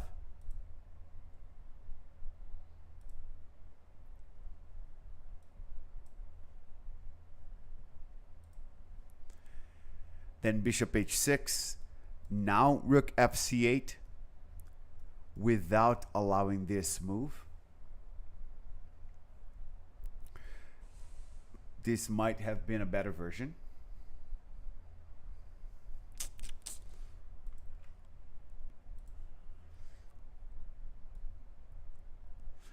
So none of the games in the first 10 boards has finished yet.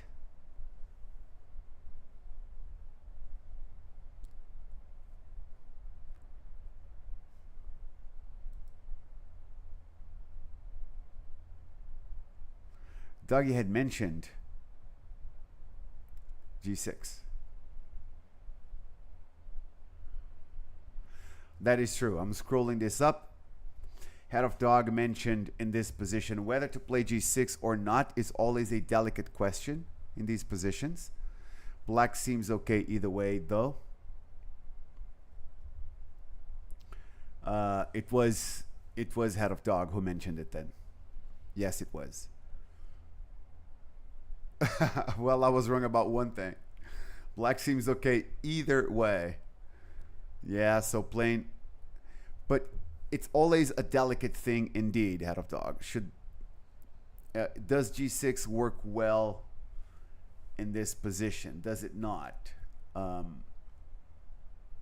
never really know. Hobgoblin64 is following us. Thank you so much. This round has been going on for 2 hours and 20 minutes, and none of the games at the top 10 boards finished in an early draw. So everybody in for a fight in today's second round, the second round of the day, which is awesome.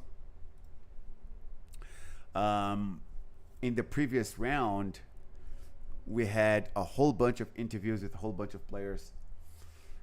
Okay, we have the first result of the top 10 boards, which is a draw on board number 4 between Colas and Aditya Das. They had been playing the game so fast. C2, king to D2, knight D4. And then pawn to A4.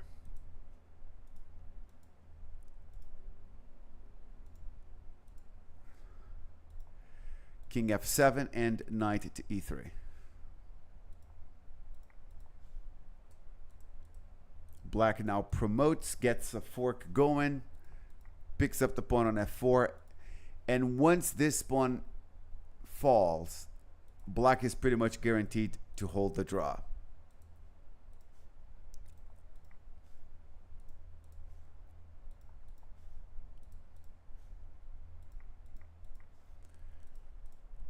There you go.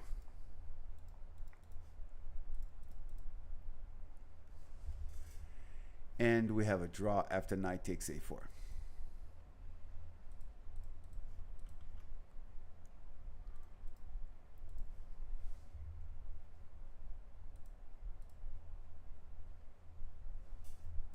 So White can say, yeah, this is just Bear King versus Bear King. And Black can say, no, it's illegal to take the knight here. I finished the game up a piece.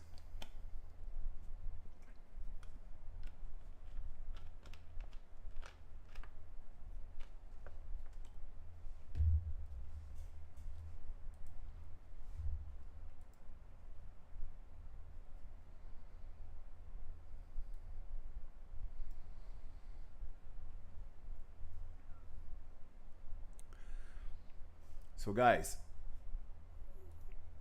I'm going to take a quick break, and I will really make this a short one because this round is shaping up to be amazing.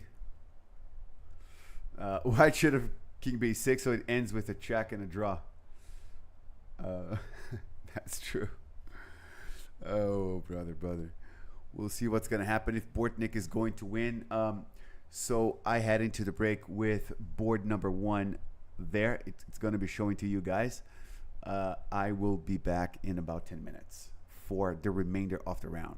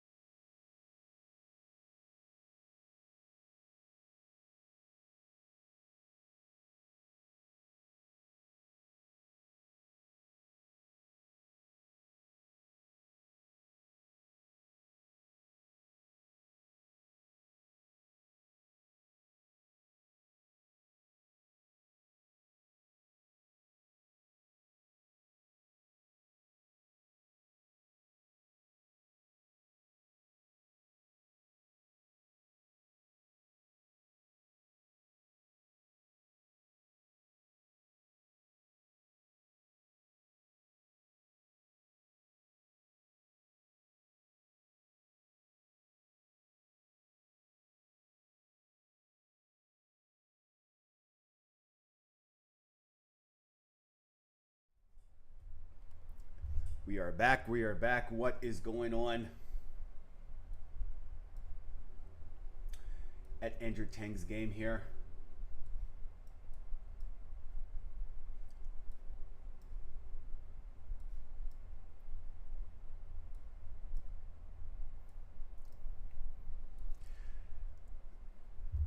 So the last I had looked at this game, Andrew Tang had played rook takes a6. We've had bishop h4. Knight to c4 attacking the b2 pawn.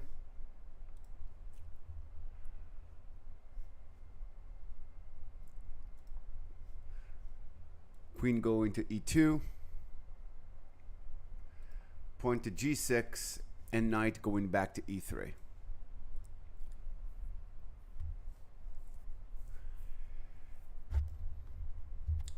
Give me just a moment here.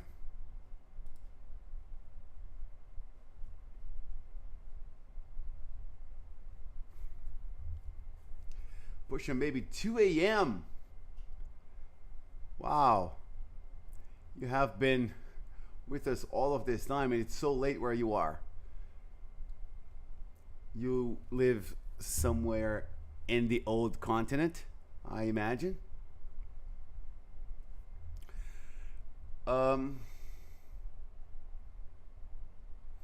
Just wondering if Bortnik could have played bishop takes c4. Johnny Adam following us and Hobgoblin 64 as well. You guys are very welcome. Bishop takes c4, queen takes c4. So there's a counterattack against e4. So we could play knight d2, which attacks the queen and protects here, and then knight e3.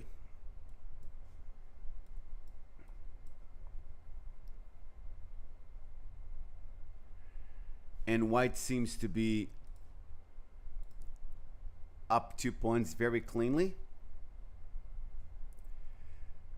We can even have c4 followed by knight d5 right after, and this should be completely winning. Like just 2 extra pawns for no compensation. We had queen e2, knight e3. This variation as well, Andrew Tang doesn't seem to have compensation for the pawns. Bishop e3, rook to b6 and knight to d2, rook to b8 and pawn to a5.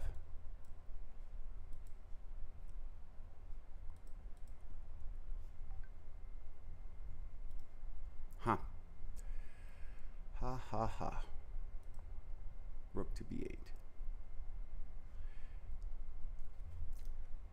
This queen is a bit overloaded, no? Protecting f7 and b6. Bishop takes f7 might be possible here. a5, rook b5. a6, bishop a8. a7, rook c8. Rook a2, queen to b7. Bishop c4 and rook takes b2.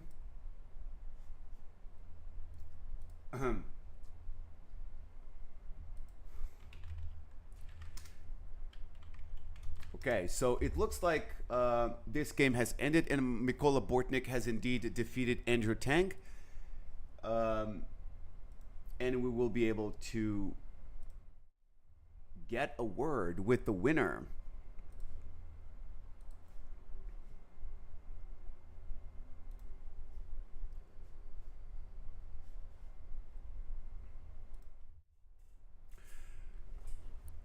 Right. Mola, good evening. What a day, huh? What a good day. Congratulations. Yeah, good evening. Congratulations on your win. Let's take a look here.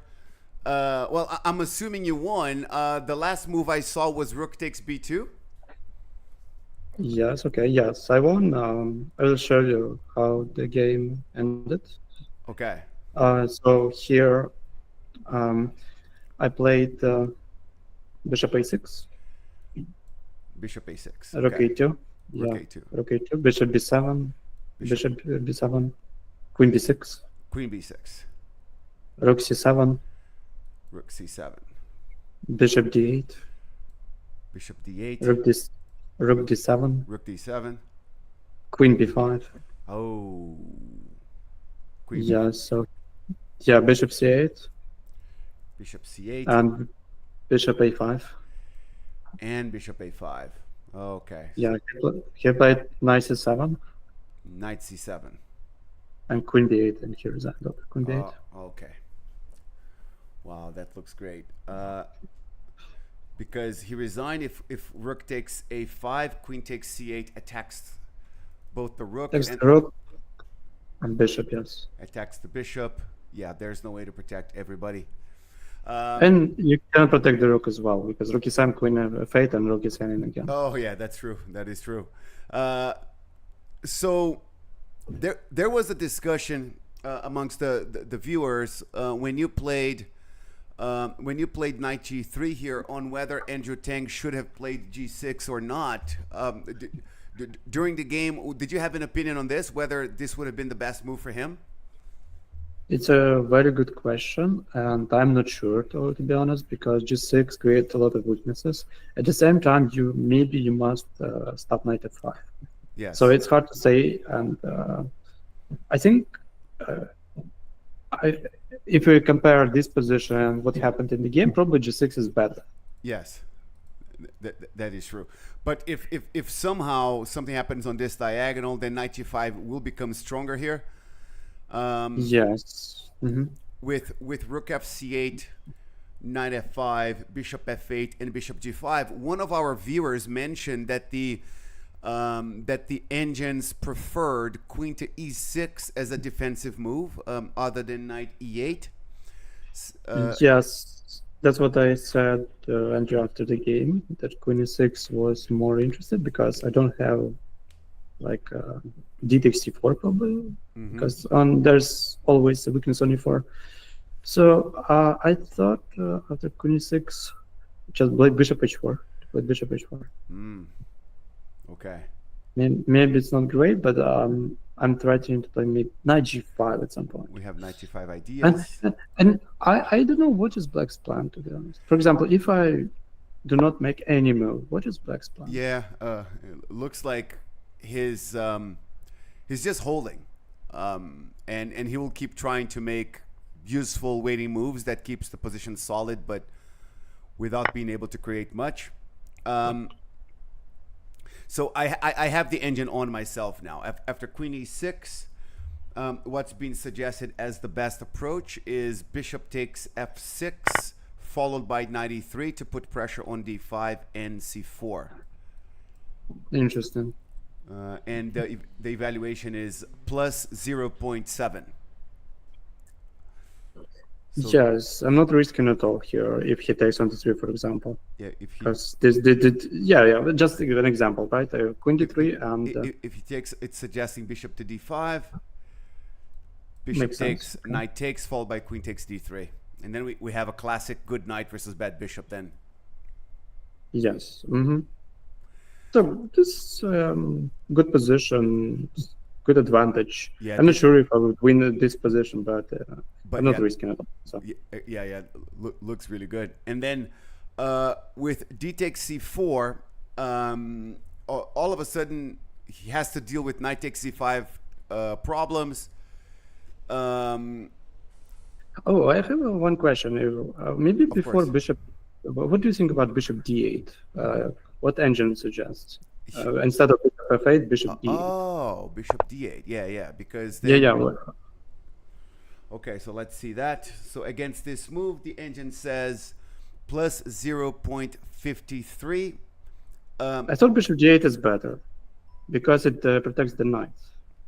And it's suggesting you stick to the same idea. Bishop g5, and then take on f6, bring the knight to e3 and focus on the pressure on c4 and d5 with a positional advantage.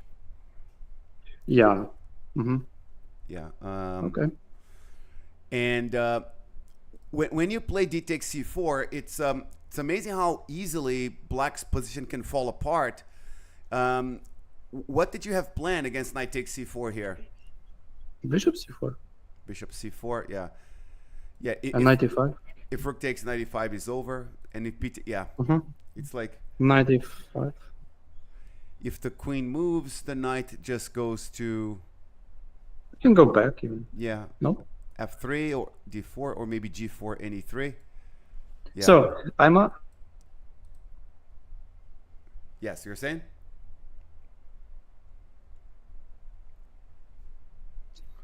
D4 and D5 d4 and yeah. F5. Yes. Okay. And do you think he missed c takes b5 here? Yes. Mm-hmm. This was I think he looked a little bit surprised to see this, because if I move my bishop, if I retreat my bishop, it's unclear where exactly. E3 probably not good because bishop e4, h4 looks okay, but there's always some g6, g5. yeah. So I think he missed the c takes b5. Yeah, this was the one moment in this round where everybody in the audience, in the chat, people are going crazy with this move.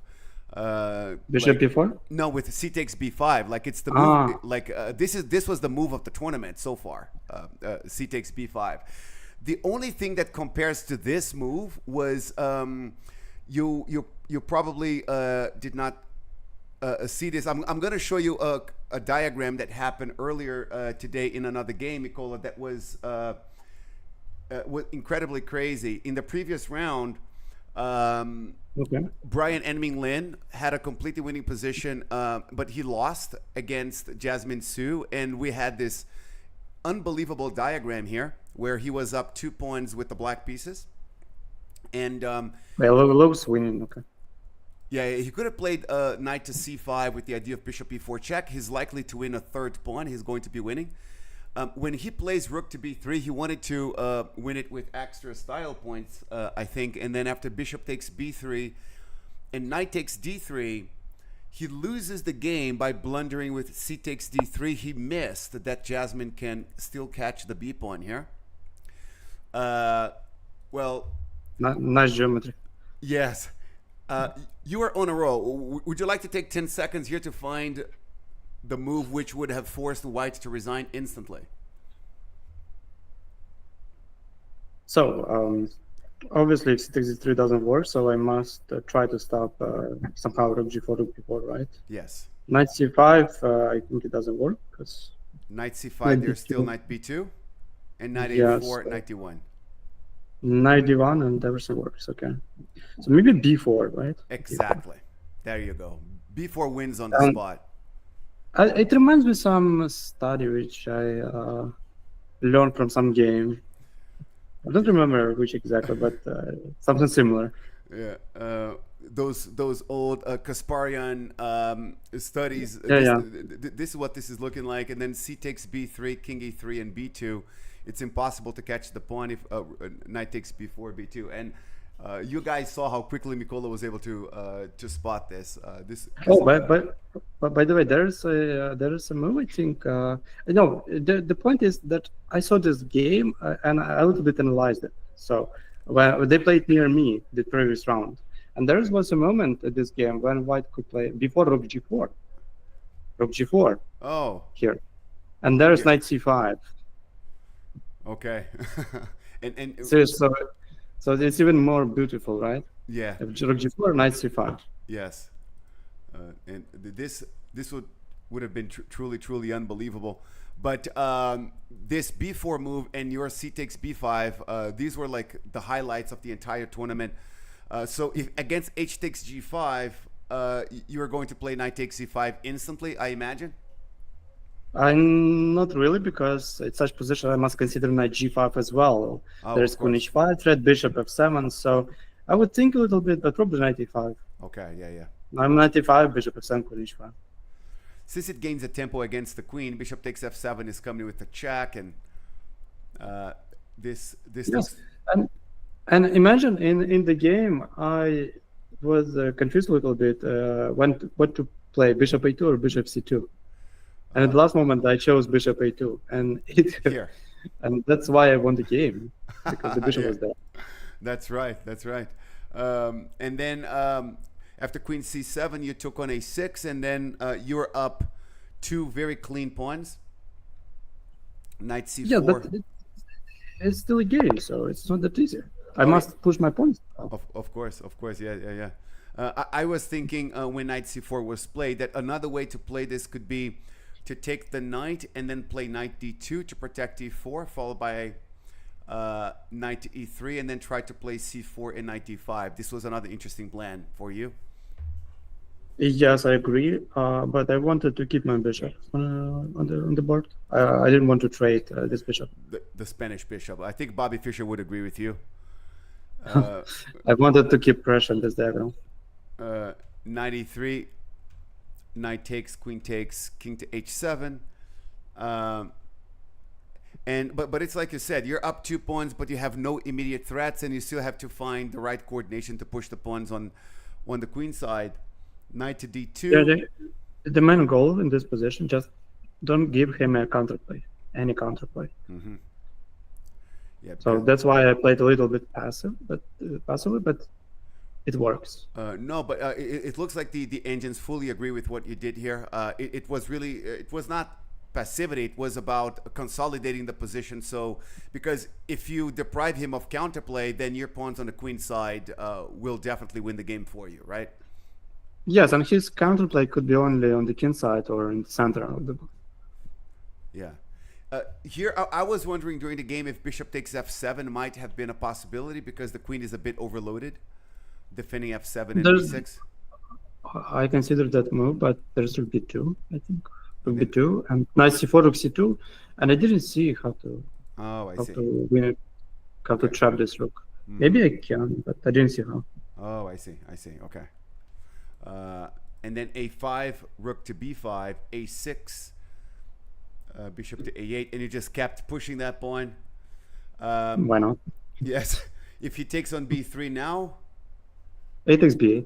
A takes b8. a takes b8. I'm up a pawn and exchange. And there's rook a7 here too. Yeah. Yes. Mm-hmm. Yeah. So that's got to be winning. He played rook to c8. You played rook a2 to guarantee the protection of the b2 pawn, and he played the. Here's a nice try.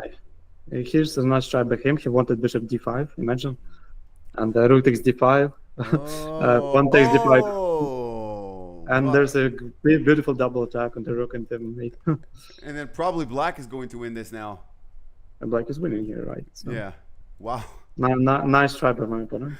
Yeah. Nice try. That was. He's a fighter, and we all know how good Andrew Tang is at bullet chess. And all of us who compete in chess, Bortnik, like when we are under enough pressure and our position is lost enough, we're all gonna try a cheapo from time to time, right? So we can't blame him. Yes, and against him, I'm trying to calculate precisely every move, because I know how good he is in blitz games. So yeah. Does he have anything at all with rook takes c4 followed by d5 here? I don't think so. Even knight takes e5 works. Yeah, knight takes e5. Yeah. D takes c4 attacks the knight, but then it can go back. Bishop to g3 or go back. Yeah. Or bishop g3. Yeah. Okay, that's completely safe. So he takes on b2, and you play Bishop a6. And then you play bishop a6. No, I think it's a good idea by him, but doesn't work because I have queen b6 move at the end. Yeah. So maybe without queen b6, he can hold this position for a while. Like this, yeah. Yeah, because he needs a couple moves to develop his knight and bishop.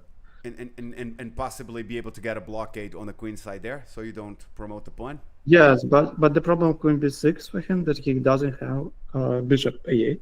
There's queen b8, right? So. Oh yes, okay. He must go rook c7. So he must play rook c7, and then bishop to d8. So it's a forced variation, which black cannot avoid. Yeah, beautiful. After this, so if he takes here and you take on b7, this And pawn- there's queen b8 again, and no, the pawn is standing. Maybe I would think another king seven. Maybe just knight b3, rook a1. ah, Do you okay. have and rook a1? Nice, nice. Oh yes, and he can never put this knight on a8. And bishop is completely useless. There's that as well. So bishop to c8, bishop to a5. If rook takes a7, his bishop is always hanging on f8 there. Here. Yes, Takes, two bishops, and on c8 as well. I don't know which one I should choose.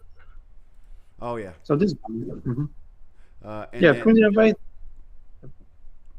then knight c7, queen a8, queen takes a5, and queen takes a8. The interesting thing about the tournament standings after you win is because, like, if you get a draw in this game, for example, he would be a full point, probably ahead of second place, leading into the last day. So now you guys are tied with 4 points. Not really, because you forgot about another player who didn't play today.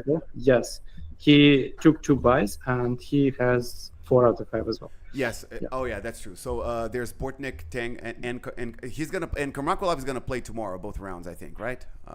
Yes. On Sunday. Yes. So and probably he will play against Andrew Tang. yeah. And so you on paper you have the advantage that you have played against both already at this point. Yes, but this round was very important, like a critical round. Yeah. And you're right. If I drew it, so there's no chance.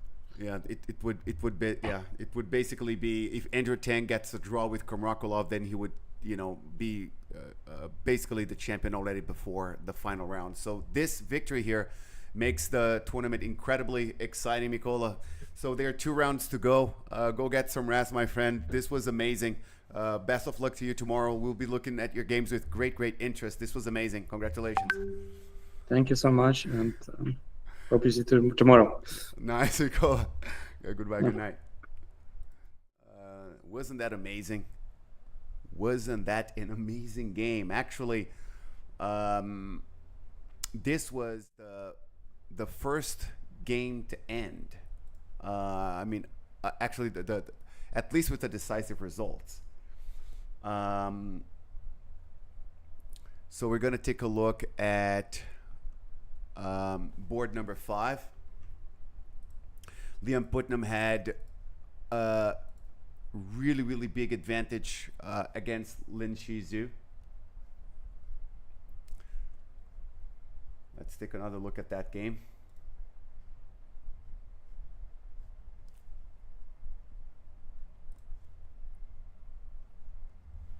Chess Lover saying, good game, Mikola.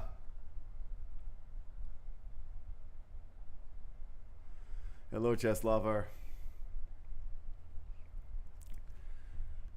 Amazing, enterprising play by Bortnik in that game. C takes b5 is like the move of the tournament. So we had looked at bishop takes e4, knight d5, and Zhu indeed decided to keep his material advantage of the exchange. Queen to e1 and pawn to d5.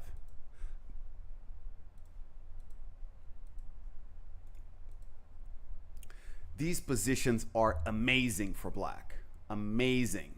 The bishop there, the safer king, domination of the center. White has no plan. I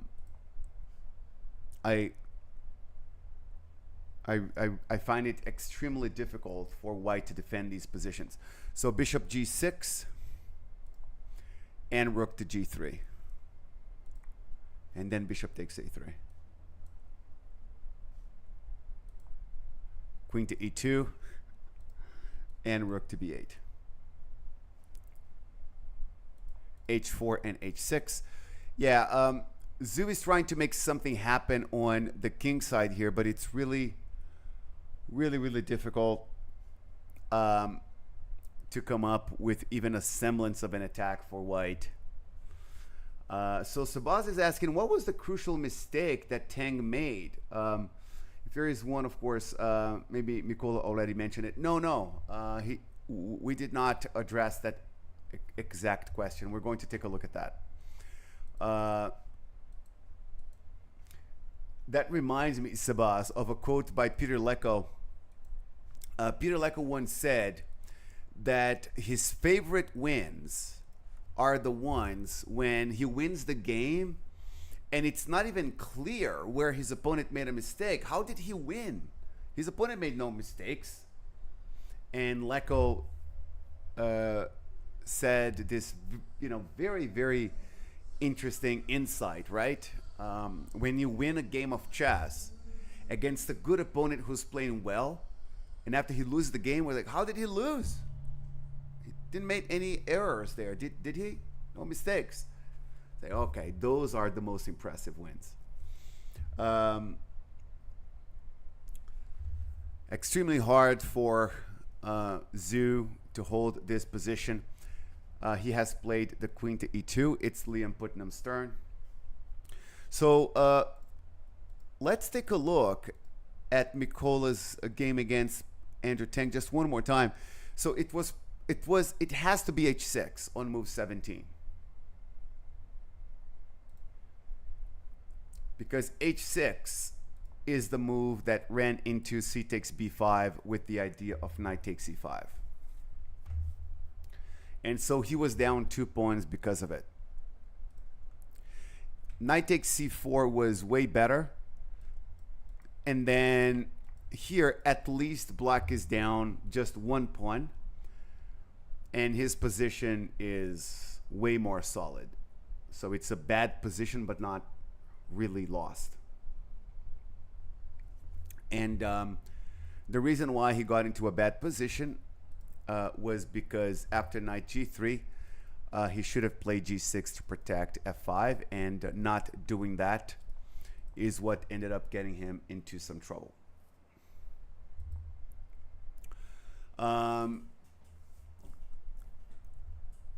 This win is a bit surprising, not in a sense that Bortnik is not capable of beating a player of Andrew Tang's level. Clearly he can, and he did. It's just that Andrew Tang had been playing extremely convincingly, the strongest chess of the tournament, and this game ended kind of quickly, right?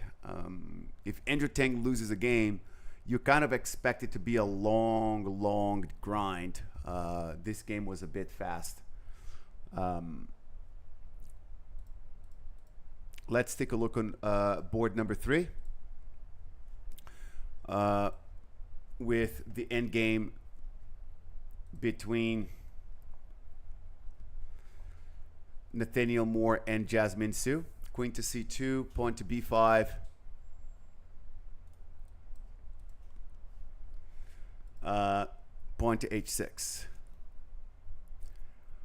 So Nathaniel Moore wants to keep the options open for back rank checkmates or a checkmate on g7. Queen to a3 creates the possibility of a check on e3 to pick up that pawn. Knight c3 defends that and attacks b5. So black plays a6. It's interesting that if black plays b4 here instead of a6,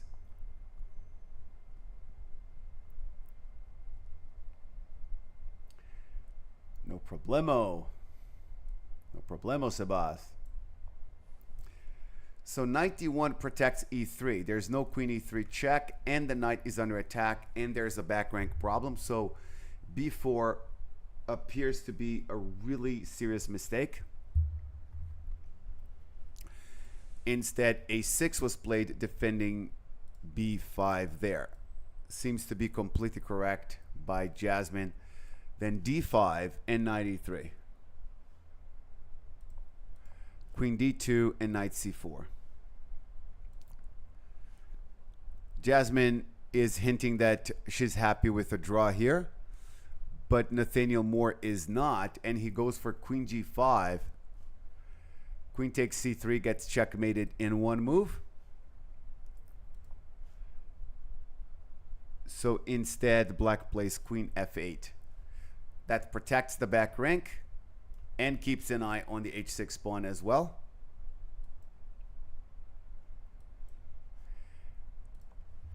Now e5, and this knight can go to f6. Takes, takes, check.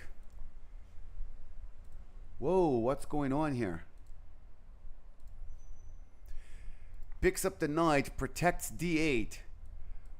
But now queen e7 threatens a checkmate. The king cannot move. The only way to protect, there's just one check and nothing more because the king goes safely to h2. That means queen a8 should be the only way to protect the back rank.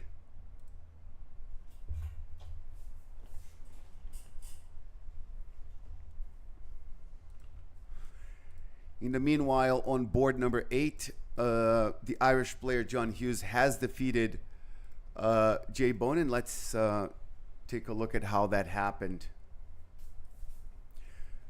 Jay Bonin had played d5 here, breaking in the center, takes, takes, and rook ad1.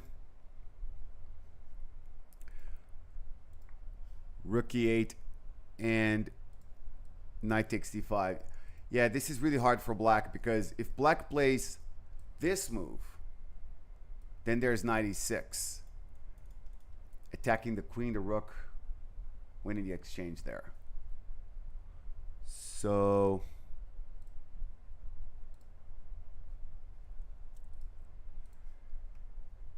rook e8 was played, knight takes d5, and bishop takes d5.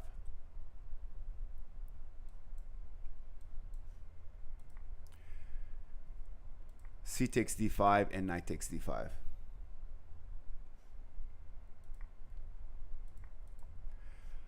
Then bishop takes and knight b5, followed by knight d6 is going to win the exchange. So it really was not a very successful pawn break on d5 for Jay Bonin. This variation here ended up being very favorable to white.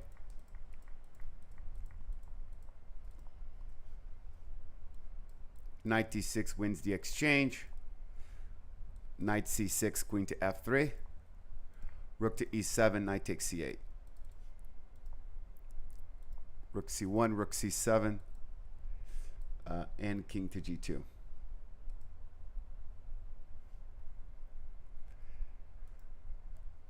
Oh, if bishop f4, there's knight d4.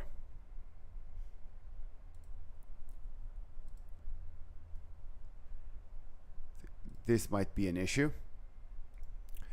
So king g2, then this is no longer a check. g5 and rook c4.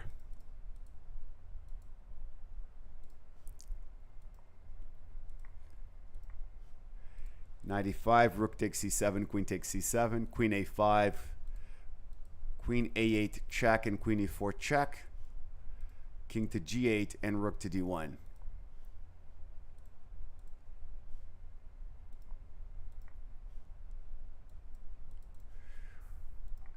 Takes on g7, plays h3, knight f6, queen to e5, and queen c6 check. Rook d6, queen to f3, g4, king to g7, a4, king to g6, b4, king to g7. Black is basically waiting at this point. The king goes to g6, and now queen f5 check. Rook a6, and this is when black appears to have resigned the game.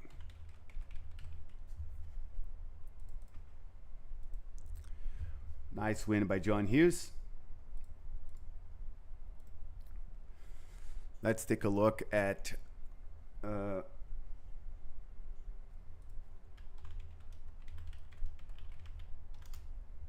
at board number 9.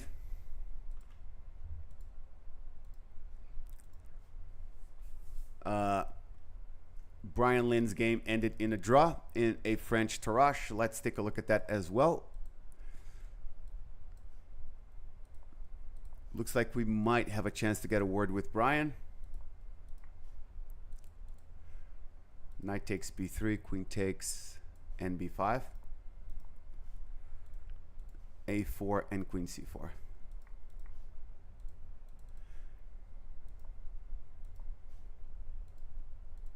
Bishop e6, rook b8, bishop to c5. Black seems to be okay here. His pieces are active enough, and White has his own isolated pawn weakness.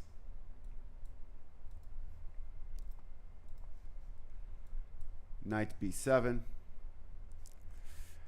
Oh, rook takes c3 would lose to knight d6 apparently. Attacks here and there. So Black has to tread carefully, and he did. He played rook c7 and rook d8. Knight b5. He doubles the rooks and plays pawn to f4. Knight c6 and king f2. d4 and c takes d4.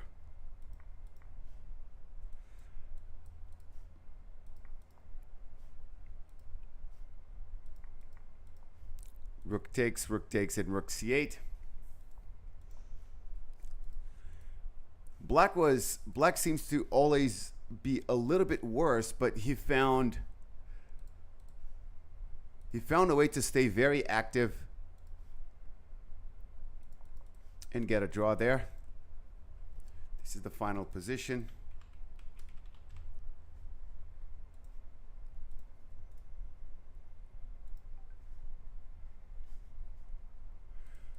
Okay, so we will be able to have a word with Brian Lin, which is awesome. We might even get his opinion a little bit on the heartbreaker of a game, which he ended up losing to Jasmine Su earlier today. We're going to transition into the interview here and get a word with this amazingly talented player. Brian, it's very nice to meet you. Hi. Hello. Brian, your game, again, if you don't mind, I would like to start a little bit with your game against Jasmine earlier today. That must have been a little bit of a heartbreaker there because you had a completely winning position, right? Yeah. After knight b4, you found this extremely creative way to finish the game with rook b3. I don't know if you've had the time to check with the engines how the endgame went, but rook b3 does win the game. It's correct. Yeah. And then after bishop takes b3, a takes b3, and knight takes d3, there is a study-like fantastic move which wins the game instantly for Black here. I don't know if you've had a chance to check this out. Yeah. B4. B4. Yeah. This was pretty incredible. We were looking at this position with Mola Bortnik just a while ago, and he thought this diagram was simply fantastic, especially given the fact that there's just nothing that can be done. Jasmine might have resigned against this move because there's nothing to be done. But at least like the build up to this winning position, like you were playing this game so well, it felt like a very well played strategy of the Rue Lopez, especially the way you built your pawns on the queen side. It looked like she did not have very good answers for your initiative there. What was the moment you felt here, Brian, that you were really starting to dominate the game and get an advantage? Do you think you know? I think when I was able to win the e4 pawn, probably. Oh, I see. Yeah. So you had this idea of playing c4, and then putting the bishop on d3, and playing the pawn to e4 here. Yeah. This was a very unusual setup, and then rook d8. Black really had an initiative here all this time. Well, but this was the earlier game that you played today. Let's talk about the other one that just ended. It seemed to me that your opponent was always a little bit worse because of the typical isolated pawn there, but he seemed to have defended well, no? Yeah, he defended well. And then it's all. Let's take a look. Let's take a quick look at the game. So e4, e6, d4, d5, knight d2, c5.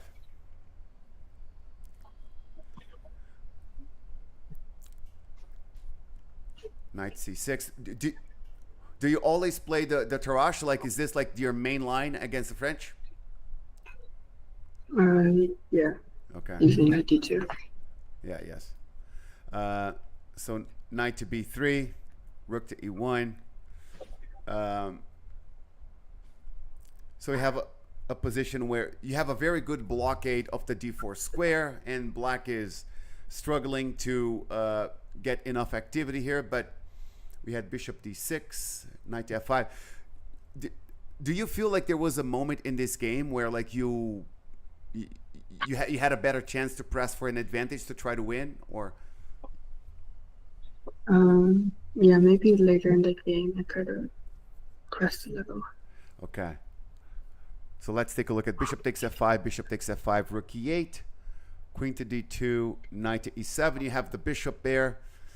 And the possibility is there in this position to play bishop d4. When this diagram was produced, I was talking to the audience here about how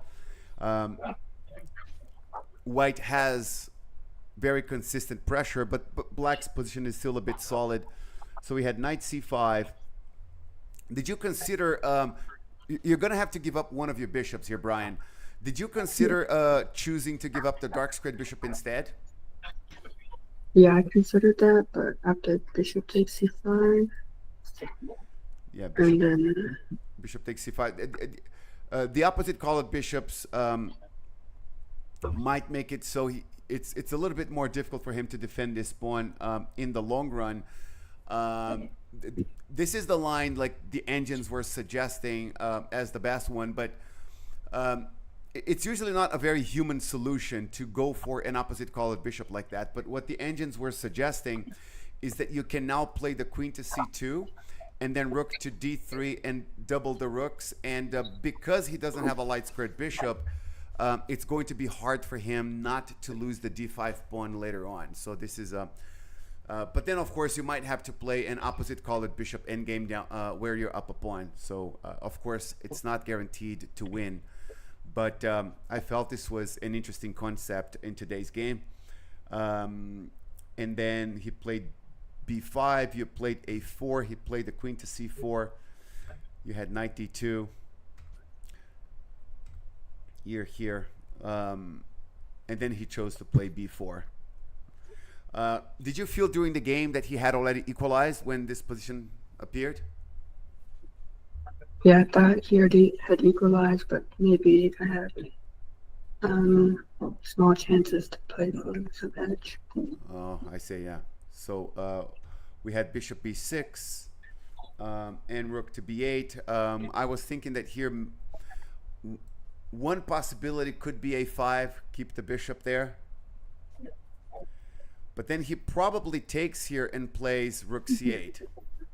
Yeah, rook c8. Yeah, this still seems to be okay. e7 is defended. We cannot play bishop d4 because of rook takes b3. He probably has equalized here as well. So you played bishop c5. He traded and took on c3 and made sure to advance his pawn so it's not attacked by your knight. Rook a d1, rook bc8. This was an interesting moment because when you play knight b7, it would be a mistake for him to take the pawn on c3 now, I think, right? Yeah, because I'm 96. Knight d6, and then when he attacks your knight, I have knight b5. knight b5. So you attack his rook, attack the knight, and you don't let him play the rook back to c7. Yeah, this should be completely winning. This is a nice trap, but he saw it, so he protects the knight here.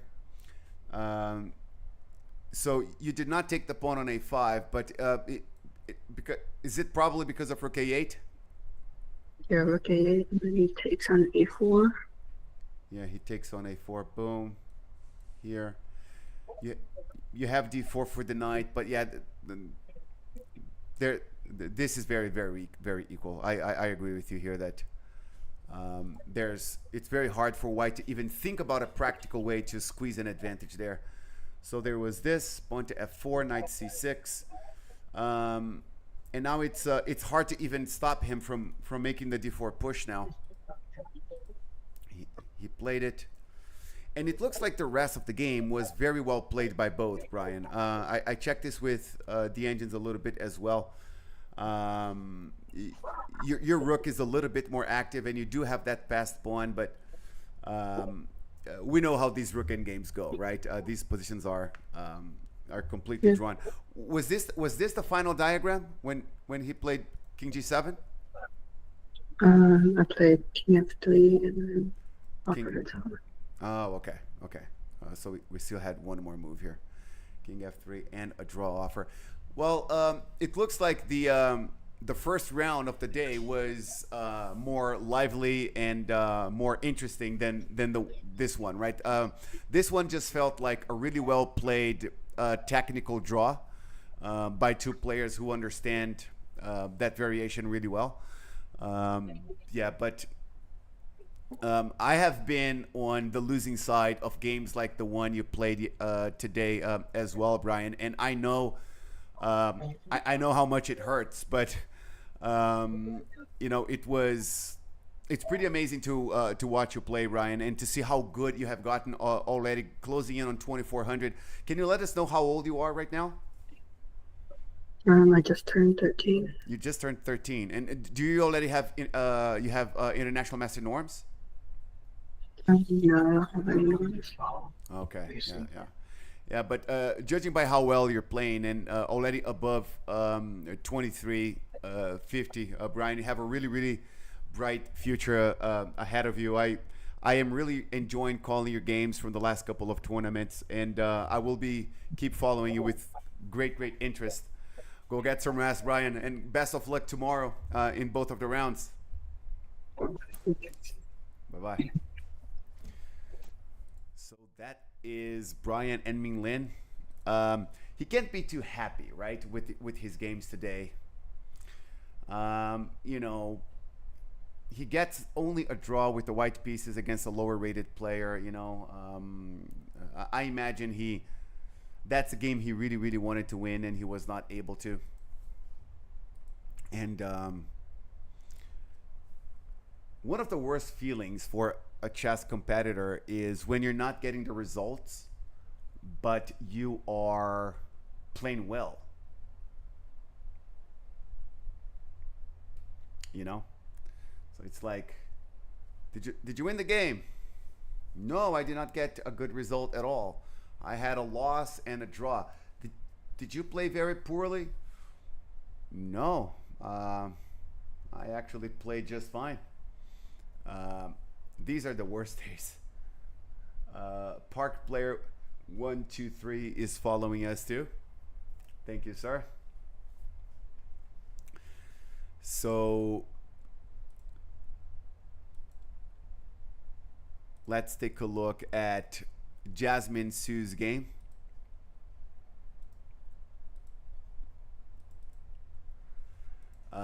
It ended in a draw.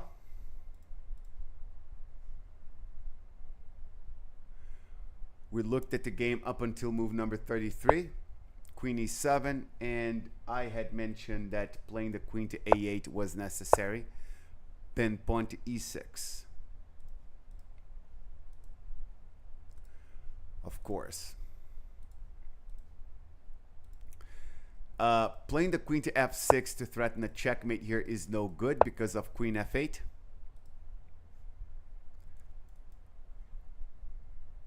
Oh, that's true. No board on screen. I'm sorry. That's my bad. That's my bad. That's human error. This is what I'm looking at. This is what I'm looking at. This is what I'm looking at here. So queen to e7 was threatening a checkmate there, and then black had to play the queen to a8. Now queen f6 is not going to work because of queen f8. Instead, white plays e6. That threatens a checkmate in a couple of moves. Queen to f8, check, and queen d8. And then we're going to have a draw by repetition after queen d5. This is the final diagram of the game then. Because against queen f7, there is queen to d8. So this is another game that already ended. Let's take a look at how Liam Putnam is doing.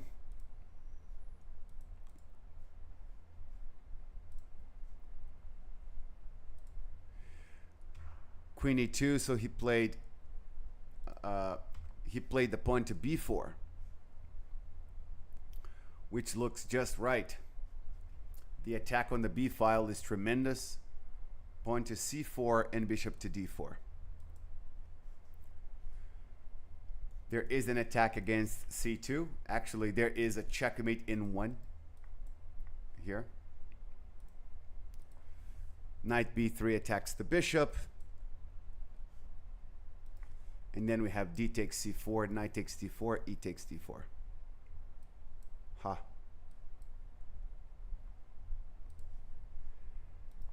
Queen to e5, attacking the rook, and rook to e8, attacking the queen.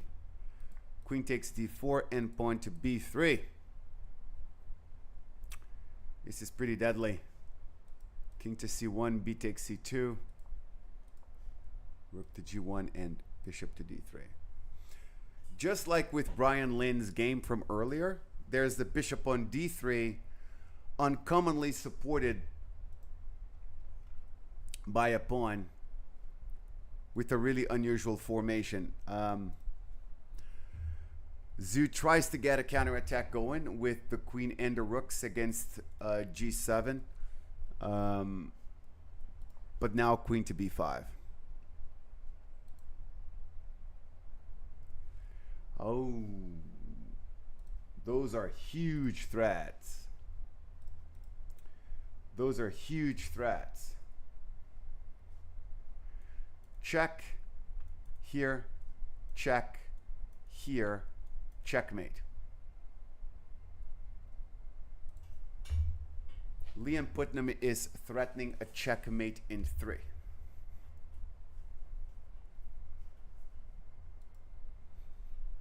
With queen b5.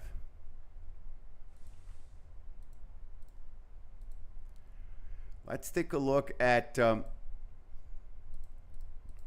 Nicolas Mata's game against Caleb. It has ended in a win for white.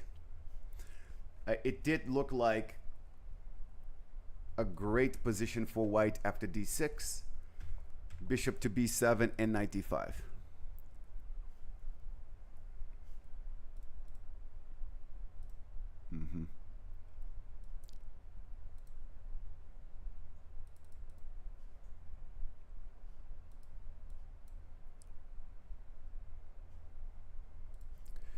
I'm thinking if bishop takes d5, queen takes d5, threatens the rook. Takezo 1973 following us. Thank you so much for the follow. And yes, it is the New York Marshall Chess Club, the one and only. What's better, an IM or GM? They say GMs are better. But I have been fighting the power for many, many years now. GM is better, Takezo. So it's like there are 5 levels of chess titles. So let's compare it to the military. So a national master is a lieutenant, and then a candidate master is a captain. A FIDE master is a major. An international master is a colonel, and a grandmaster is a general. I like to explain it like that to people who don't play chess. Think, oh, okay, that explains everything. Thank you. This looks pretty deadly. Actually, maybe take the knight first and play e6, and this looks winning. But black played queen to c5 instead, which looks good.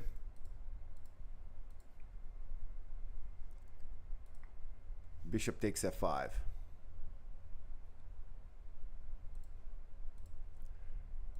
Eliminates that knight, and then queen takes d5, d7.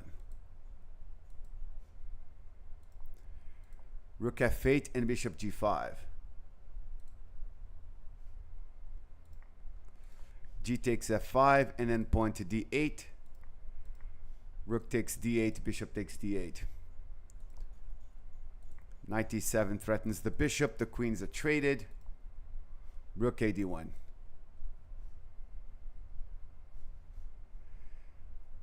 Bishop takes f3 and rook takes d7.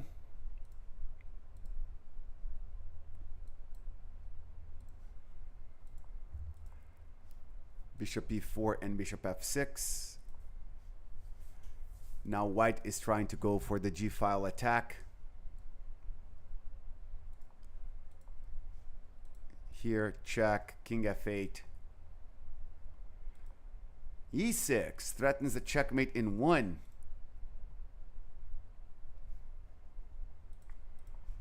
Pawn takes and bishop e5, threatening bishop d6, and black resigned. What would happen in the event of rook takes e6? Then we have rook d8 check, here, check. Rook takes d8 check, bishop e7, and this is winning as well. This is...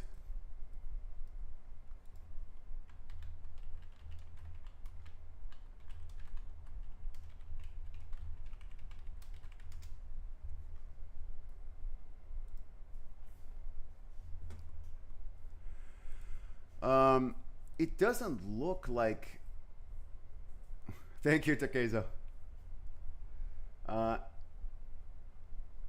We're gonna look at that Sabas in the Jasmine game. We're gonna take a look at that.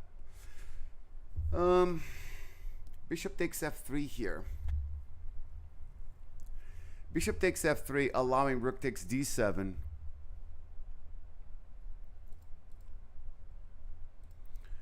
Then this appears to leave black with an extremely difficult position, probably lost.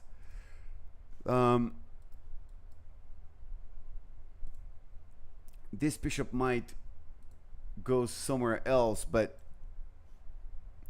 if bishop c6, there's rook d6.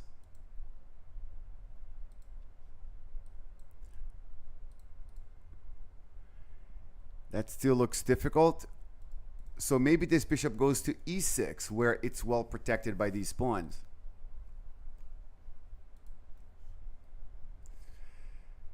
Then bishop goes to c7 or e7. e5 is defended. White's winning in exchange. I think I would choose c7 because it protects this pawn, and now I can play knight d4 next.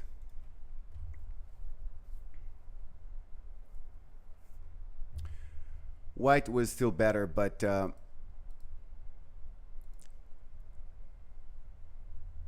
this is no longer completely winning. There's no way. Knight here, then the knight can go to e4 or d3. We still have quite a fight here ahead of us.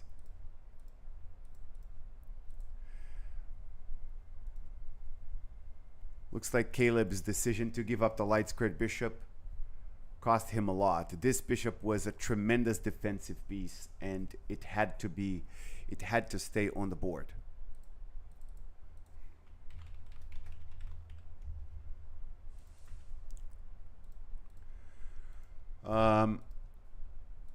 Let's address Sebas's question there. In the Jasmine game, can white play d takes e6 instead of e5? Okay. So that's move 30 right here. This is what Sebas is talking about. E5 was played. What about d takes e6? That takes away queen c5 check.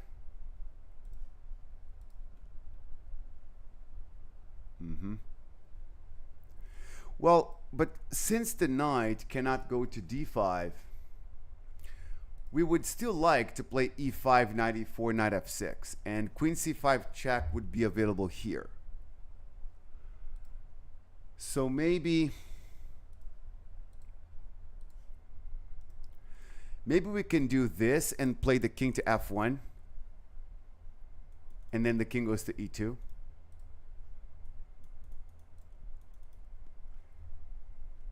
And then e5 can be played more safely.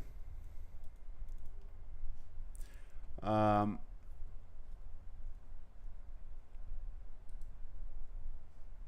then b4. Before we can play the knight to e4, black can play b4. And then maybe we can do this maneuver.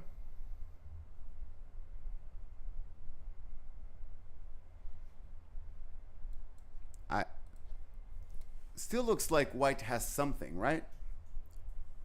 It's not a lot, but it's not nothing either.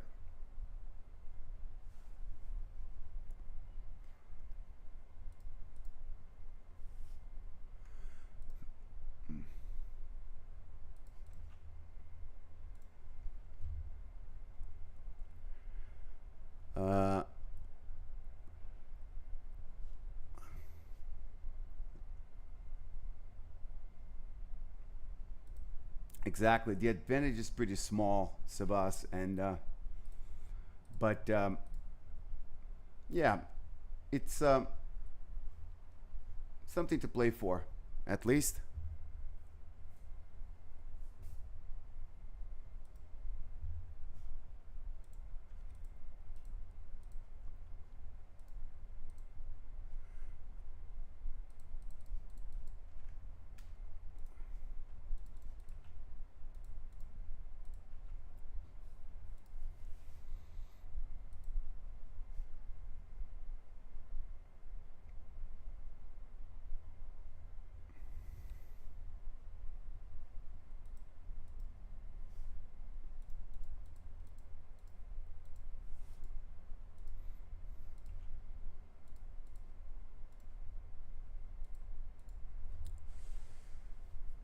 Let's take a look at board number 2. Grandmaster Michael Rode played h6, and Kevin George did go for the kingside attack with g4.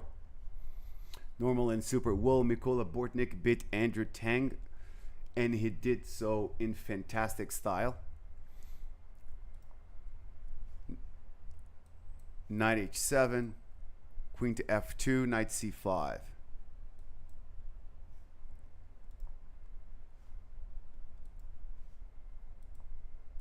Queen to g3 and pawn to h4.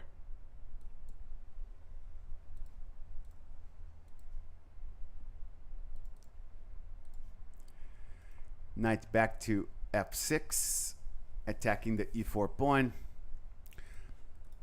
I was wondering if Kevin could have played g5 instead, precisely to take away this square from black's knight.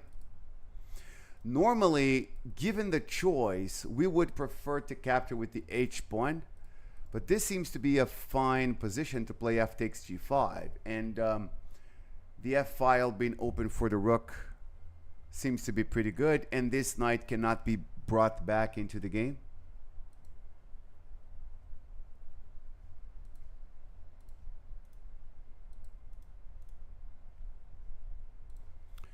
White seems to have a great position. H4, knight f6. Now there's an attack against e4, which means that playing the pawn to g5 is no good. Of course, Sebas, my pleasure. D5.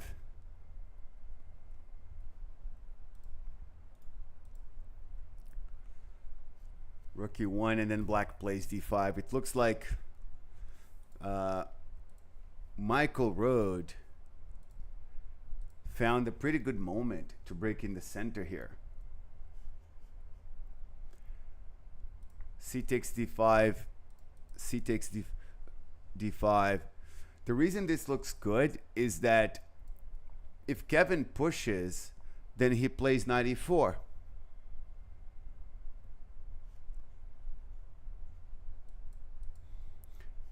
And then knight takes e4, and knight takes e4 as well.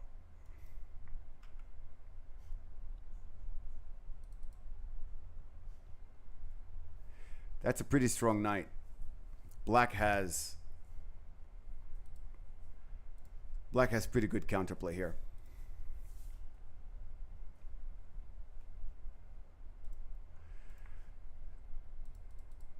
So Kevin decided to take both of those pawns. Rook takes e1, followed by knight takes d5.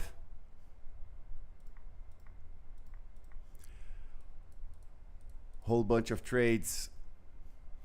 And now all of these advanced pawns are actually weakening the white king. So Kevin is being consistent. Since the pawns are well advanced like that, now it makes sense for him to keep pushing. He can get something going on the g file now. Queen to d7 and g takes h6. Rook takes d4, bishop takes d4, queen takes, and rook e8. Okay. Knight e6, and h takes g7, and knight takes g7. Pretty tough position for Kevin here. The two minor pieces are definitely stronger than the rook. He plays the king to h7, unpins the bishop.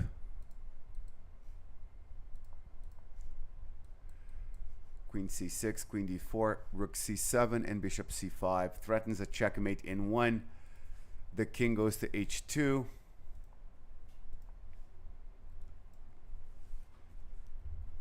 Queen f6.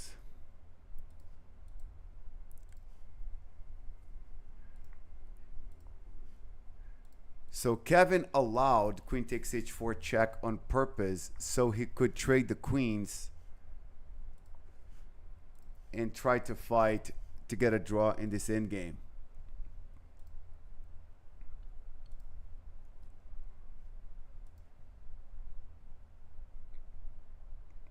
Yeah, but that is pretty hard. Can black play knight takes f4 check now or not? He didn't. I'm just thinking king g4 runs into knight d3, which attacks this pawn and threatens a fork.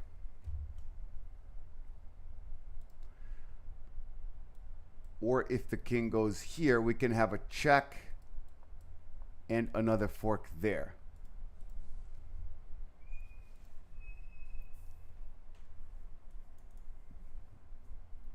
Looks like this would have worked. And if it does, white is lost.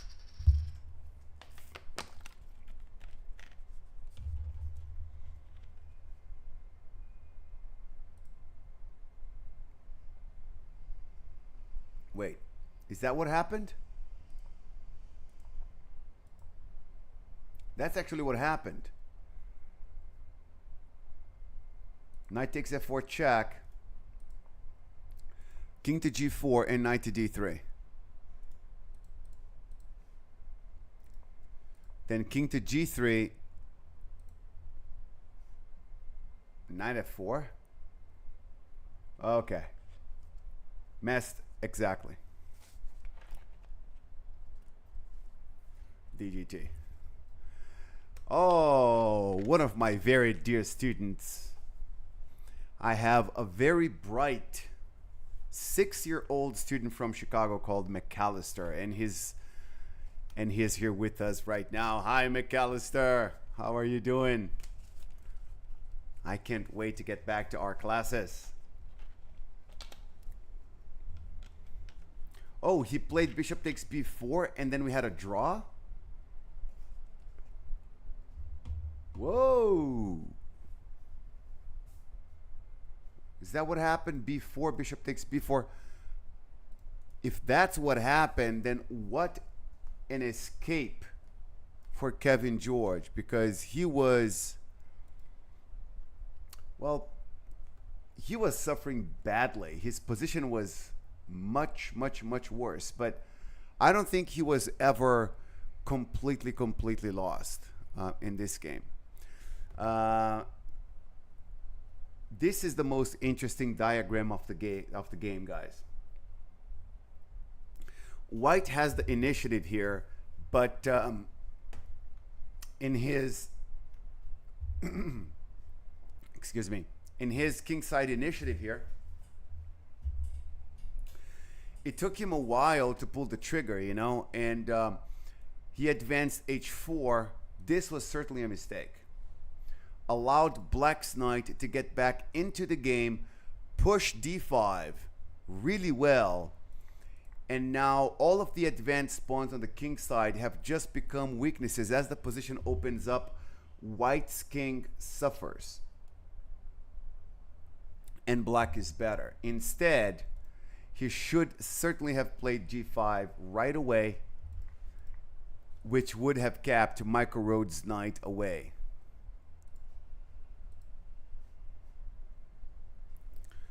We'll see if we have confirmation that the draw. Go Irish, if you can confirm to us that the draw is official, if that's possible, because if that's the case, oh, you saw it on camera. Okay, I was not looking at the camera. So the game is over. That we know for sure.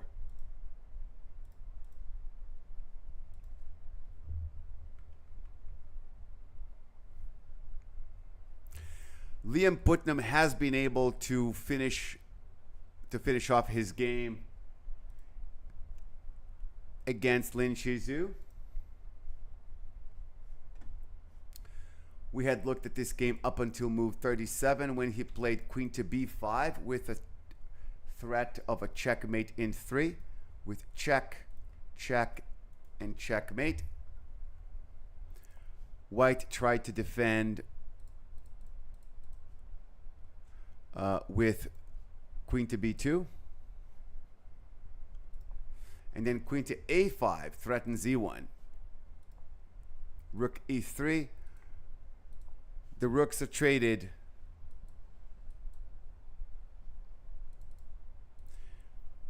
And then c3. Check, king h7 and g6. Is this getting more complicated than necessary?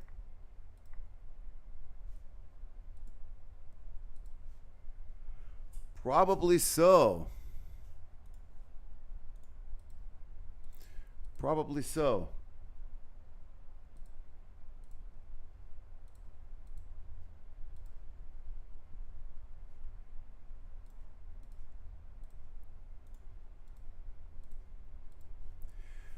Probably so, because White plays rook takes g6 now. King takes check on d6. Queen d3 check. Now this is very bad still for white, but there might be a little bit of a fight. Oh. Okay, but not really. But then not really.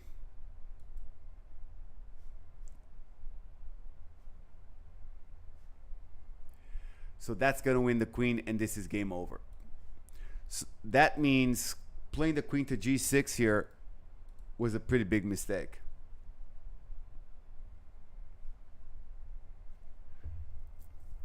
Not a simple game.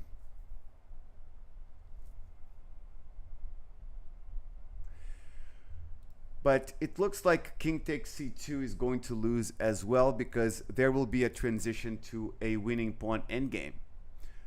With queen a2 check, king takes c3, queen check. Trades the queens. Advances both of these pawns, and it's over.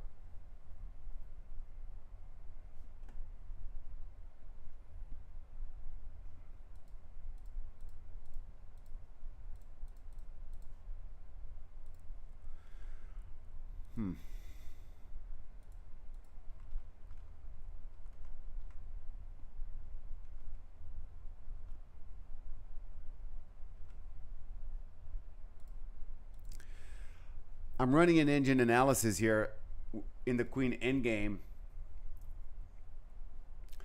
And so it looks like queen d3 was a big mistake. And with king takes c2, black is still kind of back in the game. White, sorry.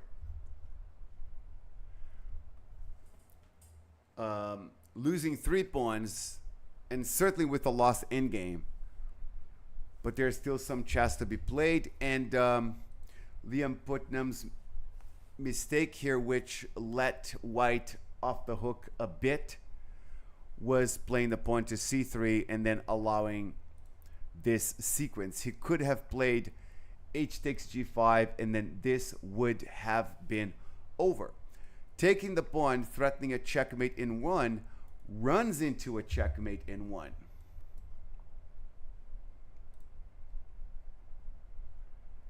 So white would have to do something else. I don't know what though. Check, king h7, and there are no more checks. Check.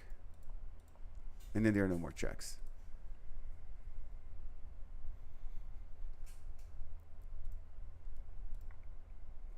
Wow, white is zugzwanged against h takes g5. What a position, huh? A 4-pawn advantage for the side that's losing the exchange, but white is completely lost.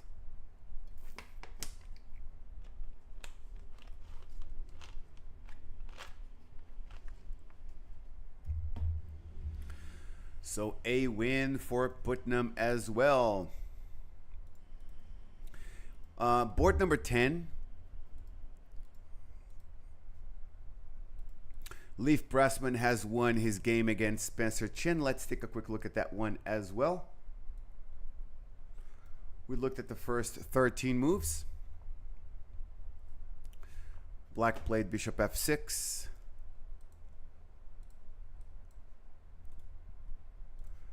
We had bishop b1, bishop d7, pawn to h3.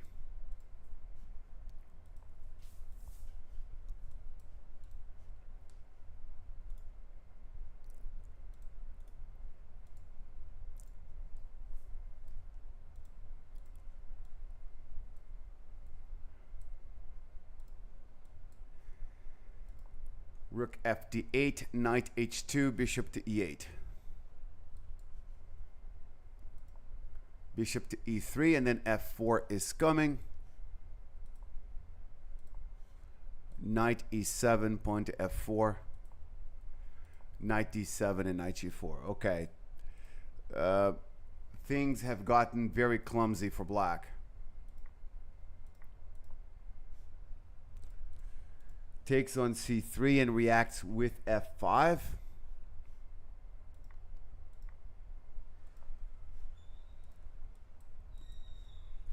Bishop f2 threatens queen takes e6 check. Knight f8 protects that pawn. This is a good capture because this knight is heading to d5 now.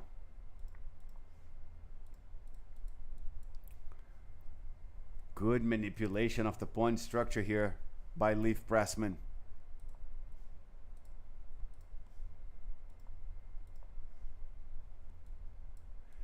Knight g6, bishop b6.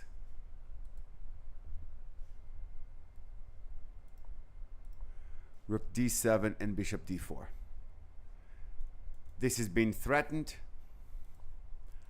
Rook d8. White wants to play knight e7 check and win the exchange, so this is why this pawn is being sacrificed.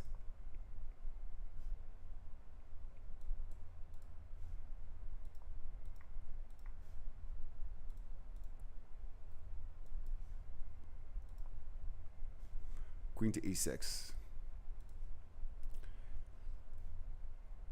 Black is really trying not to lose a piece here. But then queen h5.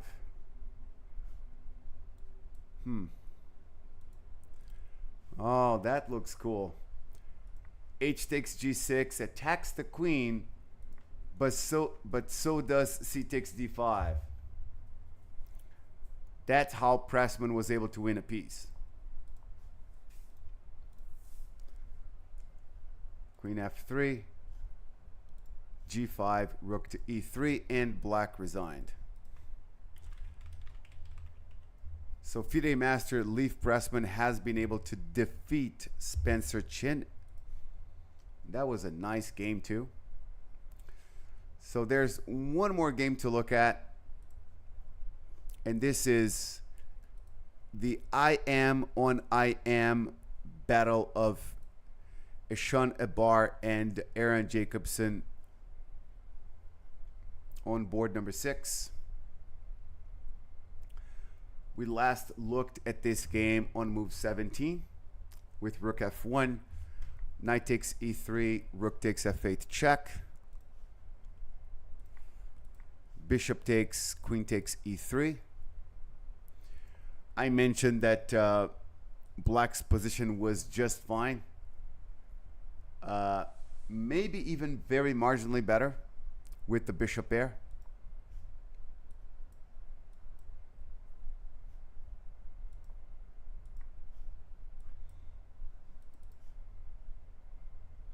Okay, so he traded and played knight e6. Queen to g4, pawn to c5. Takes, knight takes, queen d4. So the reason Habar is not trading the queens is that there's no way to protect this pawn. After e6, knight c5, there's that.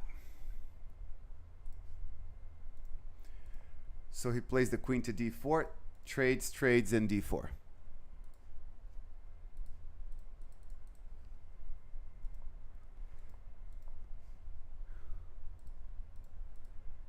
Check and e6. Jacobson seems to be outplaying Habar here. He threatens a checkmate in 1 now.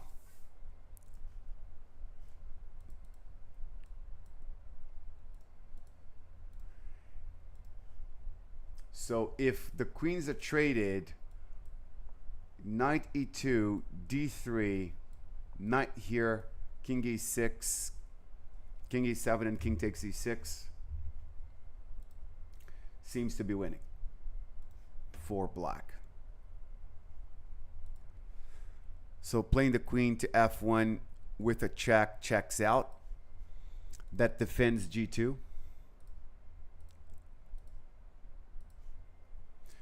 Gaining a tempo. Now knight b5.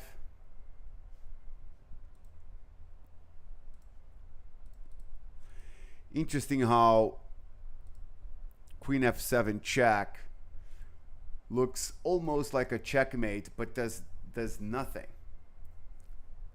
The black king is weirdly safe, and the checkmating threat against g2 has been renewed.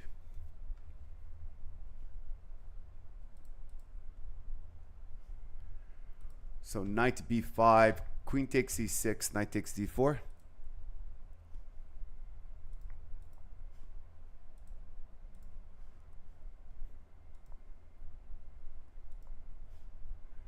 King f6, pawn to h3.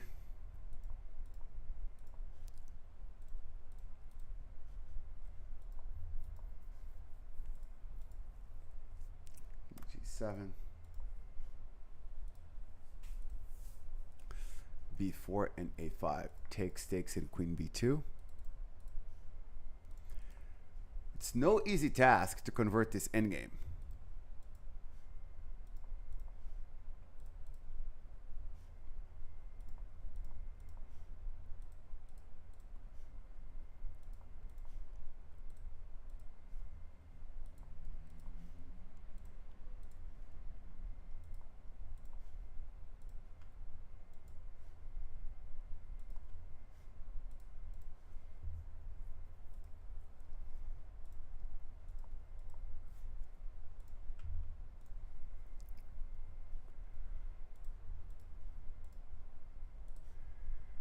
h5, king h1, and king g7.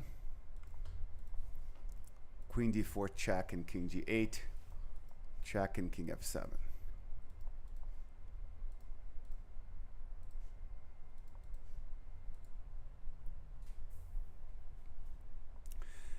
This looks like a matter of time, you know? Like black is going to win. He's just trying to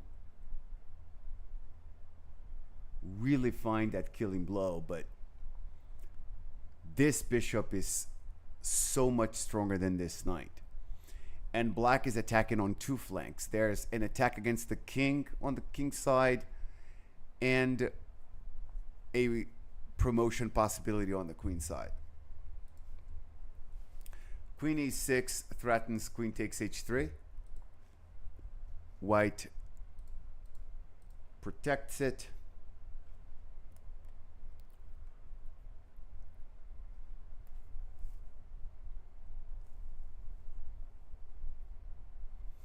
But I still don't see a concrete way to win either. But what black probably has to do is force white to give up the knight for the pawn, for the a pawn, and then we're going to have a queen and bishop versus queen endgame, which is certainly going to be winning.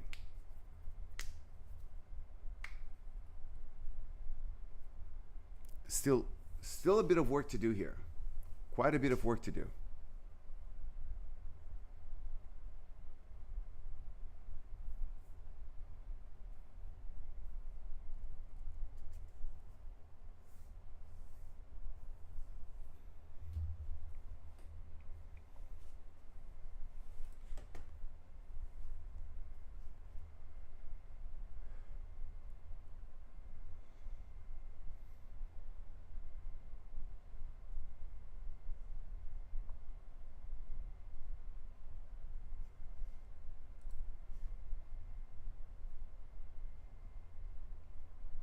This is what we see on the video there.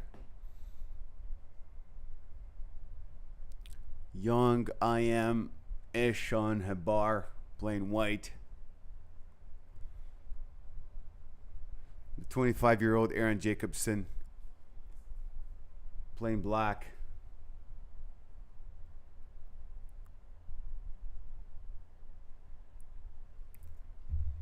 Everybody wearing winter clothing there. What's the weather like in New York City right now? Around 30 degrees? Okay, that's 27 degrees Fahrenheit. That's -3 Celsius. That's pretty cold.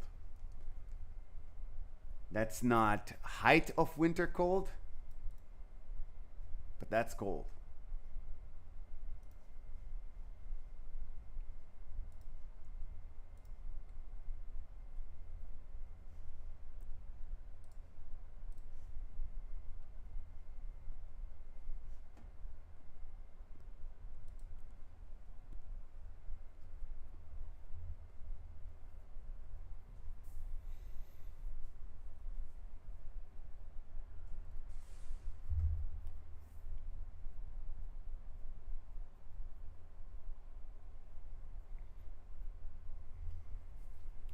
Both players under 2 minutes.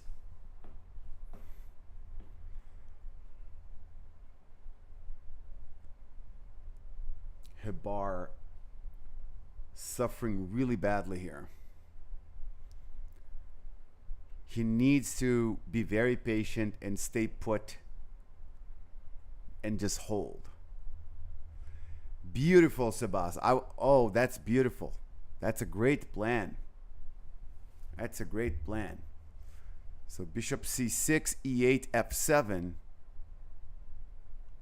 And then like queen to e6 and pushes the pawn to a2. Looks like that's just the thing. That sounds like just the thing.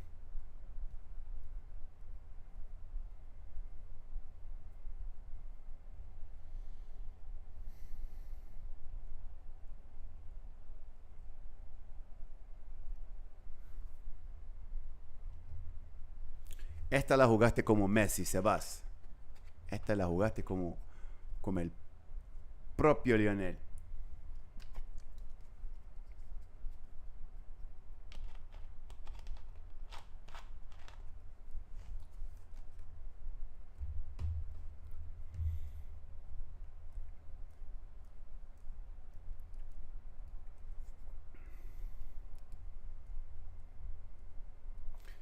Sebas and I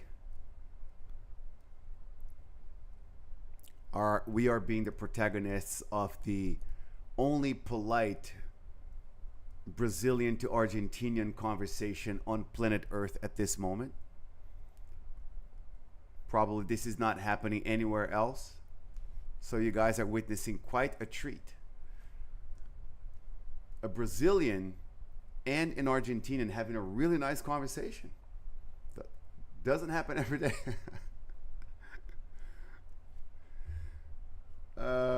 So the Argentinians are so much nicer than the Brazilians, you know?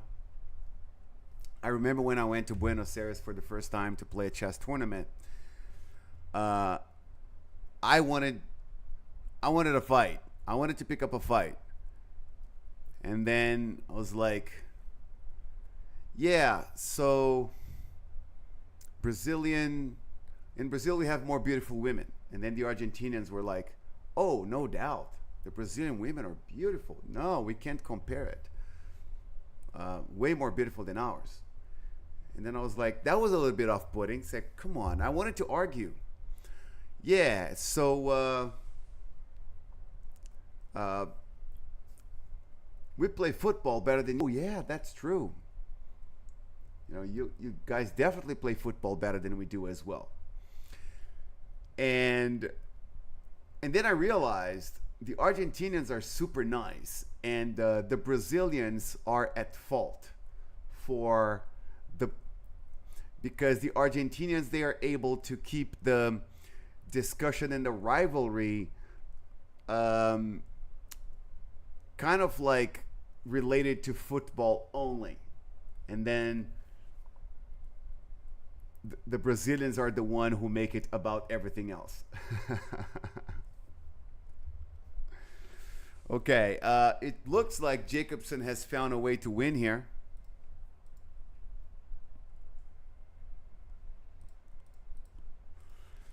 Queen f5 was a great endgame move, was it not?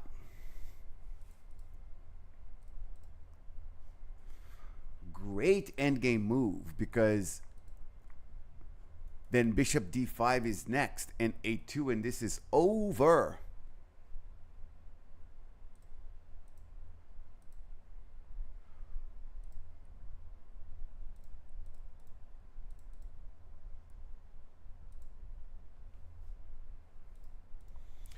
and bishop takes g2. That puts the nail in the coffin. This could be over right now.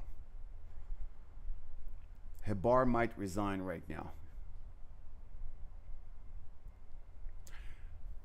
I thought this would have taken longer.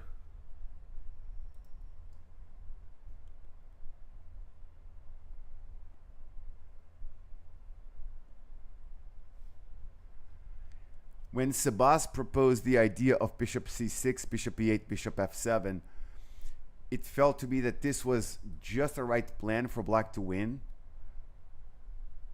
But then Jacobson finds this excellent idea, which wins the game more quickly. Probably queen c2 was a mistake then. Maybe play the pawn to h4, maybe play the king to f2, something like that. And then Sebas's proposed rearrangement of the bishop might have been the best way to conclude the game.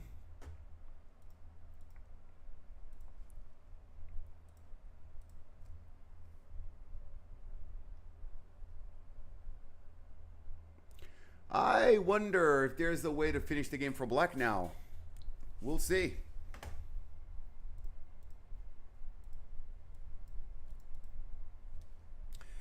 The white king, is it going to g3 or is it going to e3?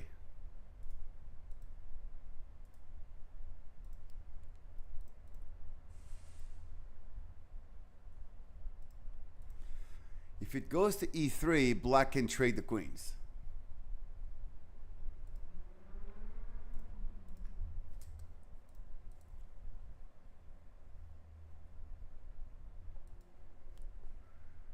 Check. King h2 will be played.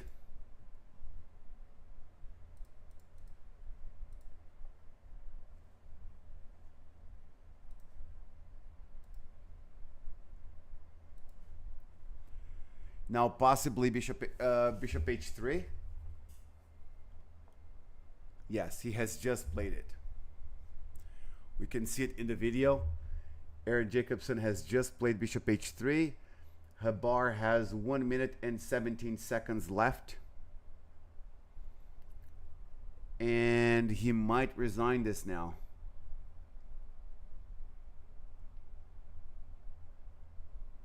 If he doesn't resign, he's going to play queen d2.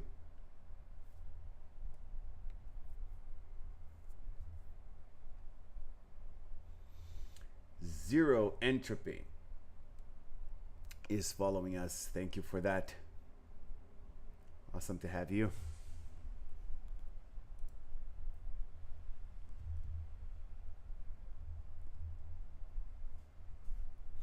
Now h4 looks good. Yeah, h4 has been played.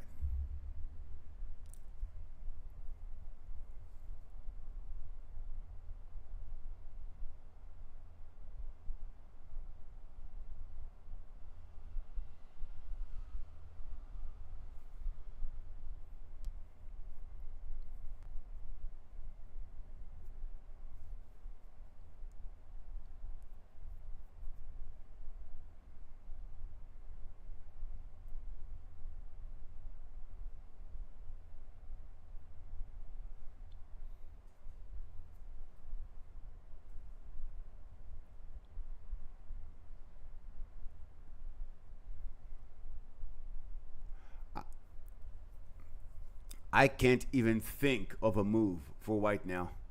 Queen g5 has been played.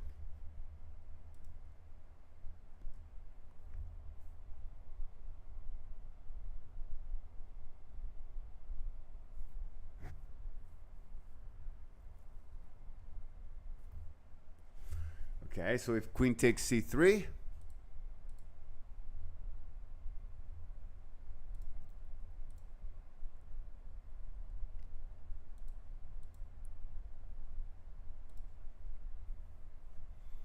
queen takes c3 certainly wins.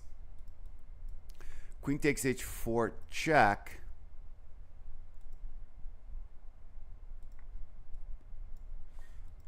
queen takes h3, we just trade and push.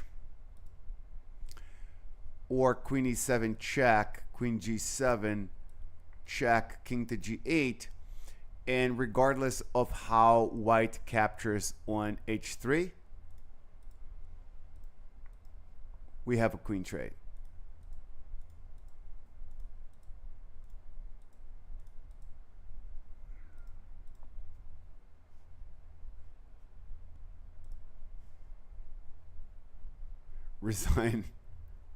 Resign incoming. That's possible.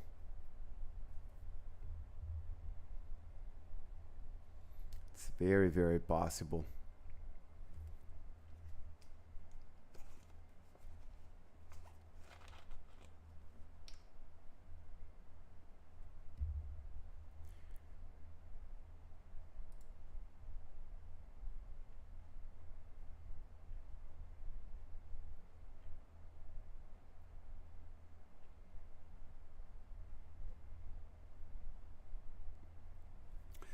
Tomorrow is the final day of competition. We have round number 6 at 10:30 a.m. Eastern Time, 7:30 a.m. Pacific Time. And then round number 7, the final one, will be played at 5 p.m. Eastern, 2 p.m. Pacific Time.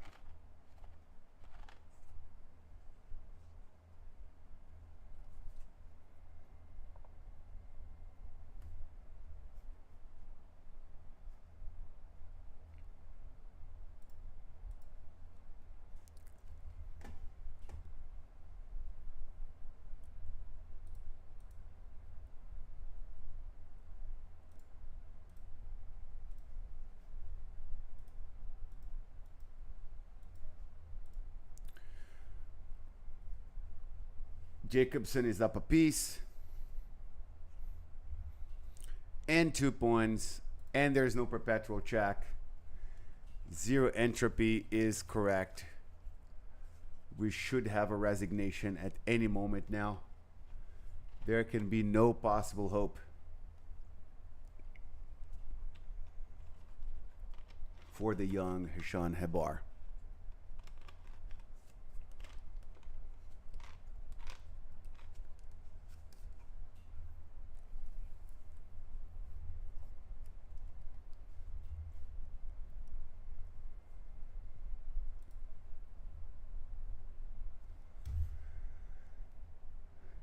He plays a non-check move.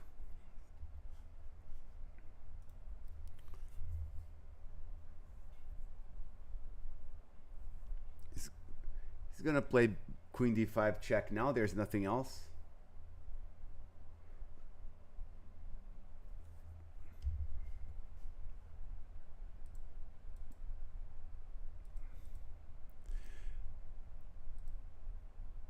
Agreed. Agreed, Sebas.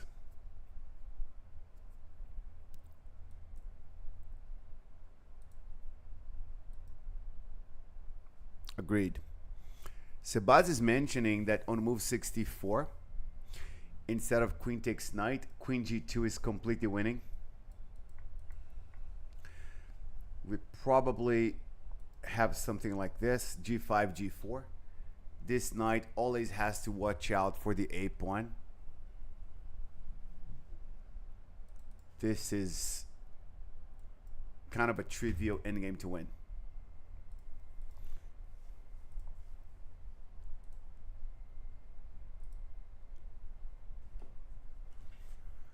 Queen d2 check protects the bishop and prepares a2. a2 has been played.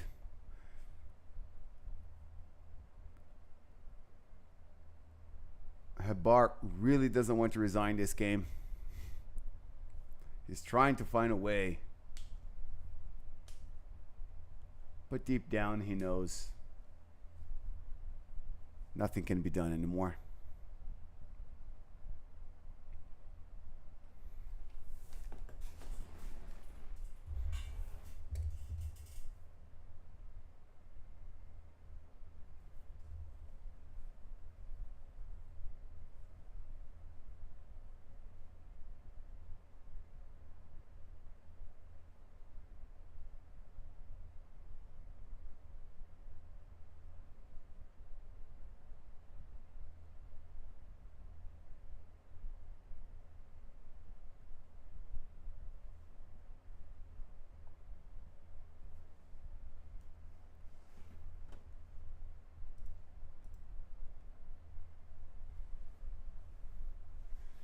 Okay, we're now going to have two queens.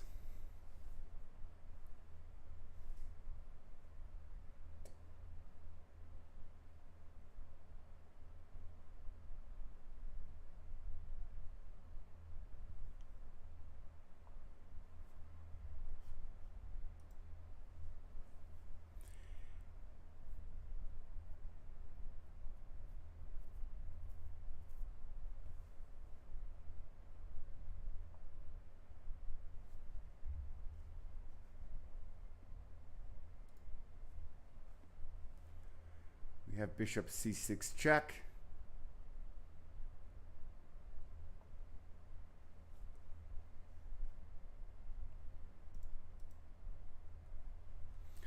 Okay, now it's just a checkmate in one. King h3, bishop d7 is a checkmate.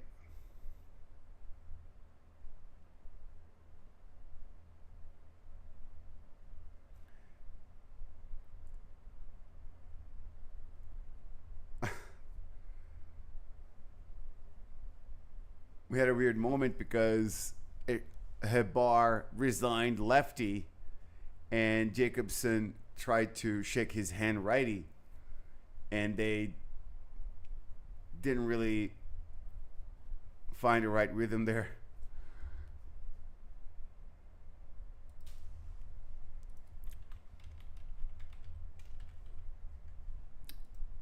White resigned, a very hard-fought win for Aaron Jacobson. And so this is the end of round number 5. We had 9 hours of live broadcast today. We should have 9 more tomorrow, about 4.5 hours each round. I will see you guys tomorrow at 10:30 a.m. Eastern Time, 7:30 a.m. Pacific Time for round number 6. And things got really, really exciting because we have 3 players with 4 points out of 5. Kamrakulov and Bortnik and Andrew Tang. Thanks Go Irish, thanks Sabah, Zero Entropy, everybody who enjoyed the games. Chess is really amazing. Tomorrow we have a great day ahead of us. Get some rest, people, and be here at 10:30 a.m. I'll see you then.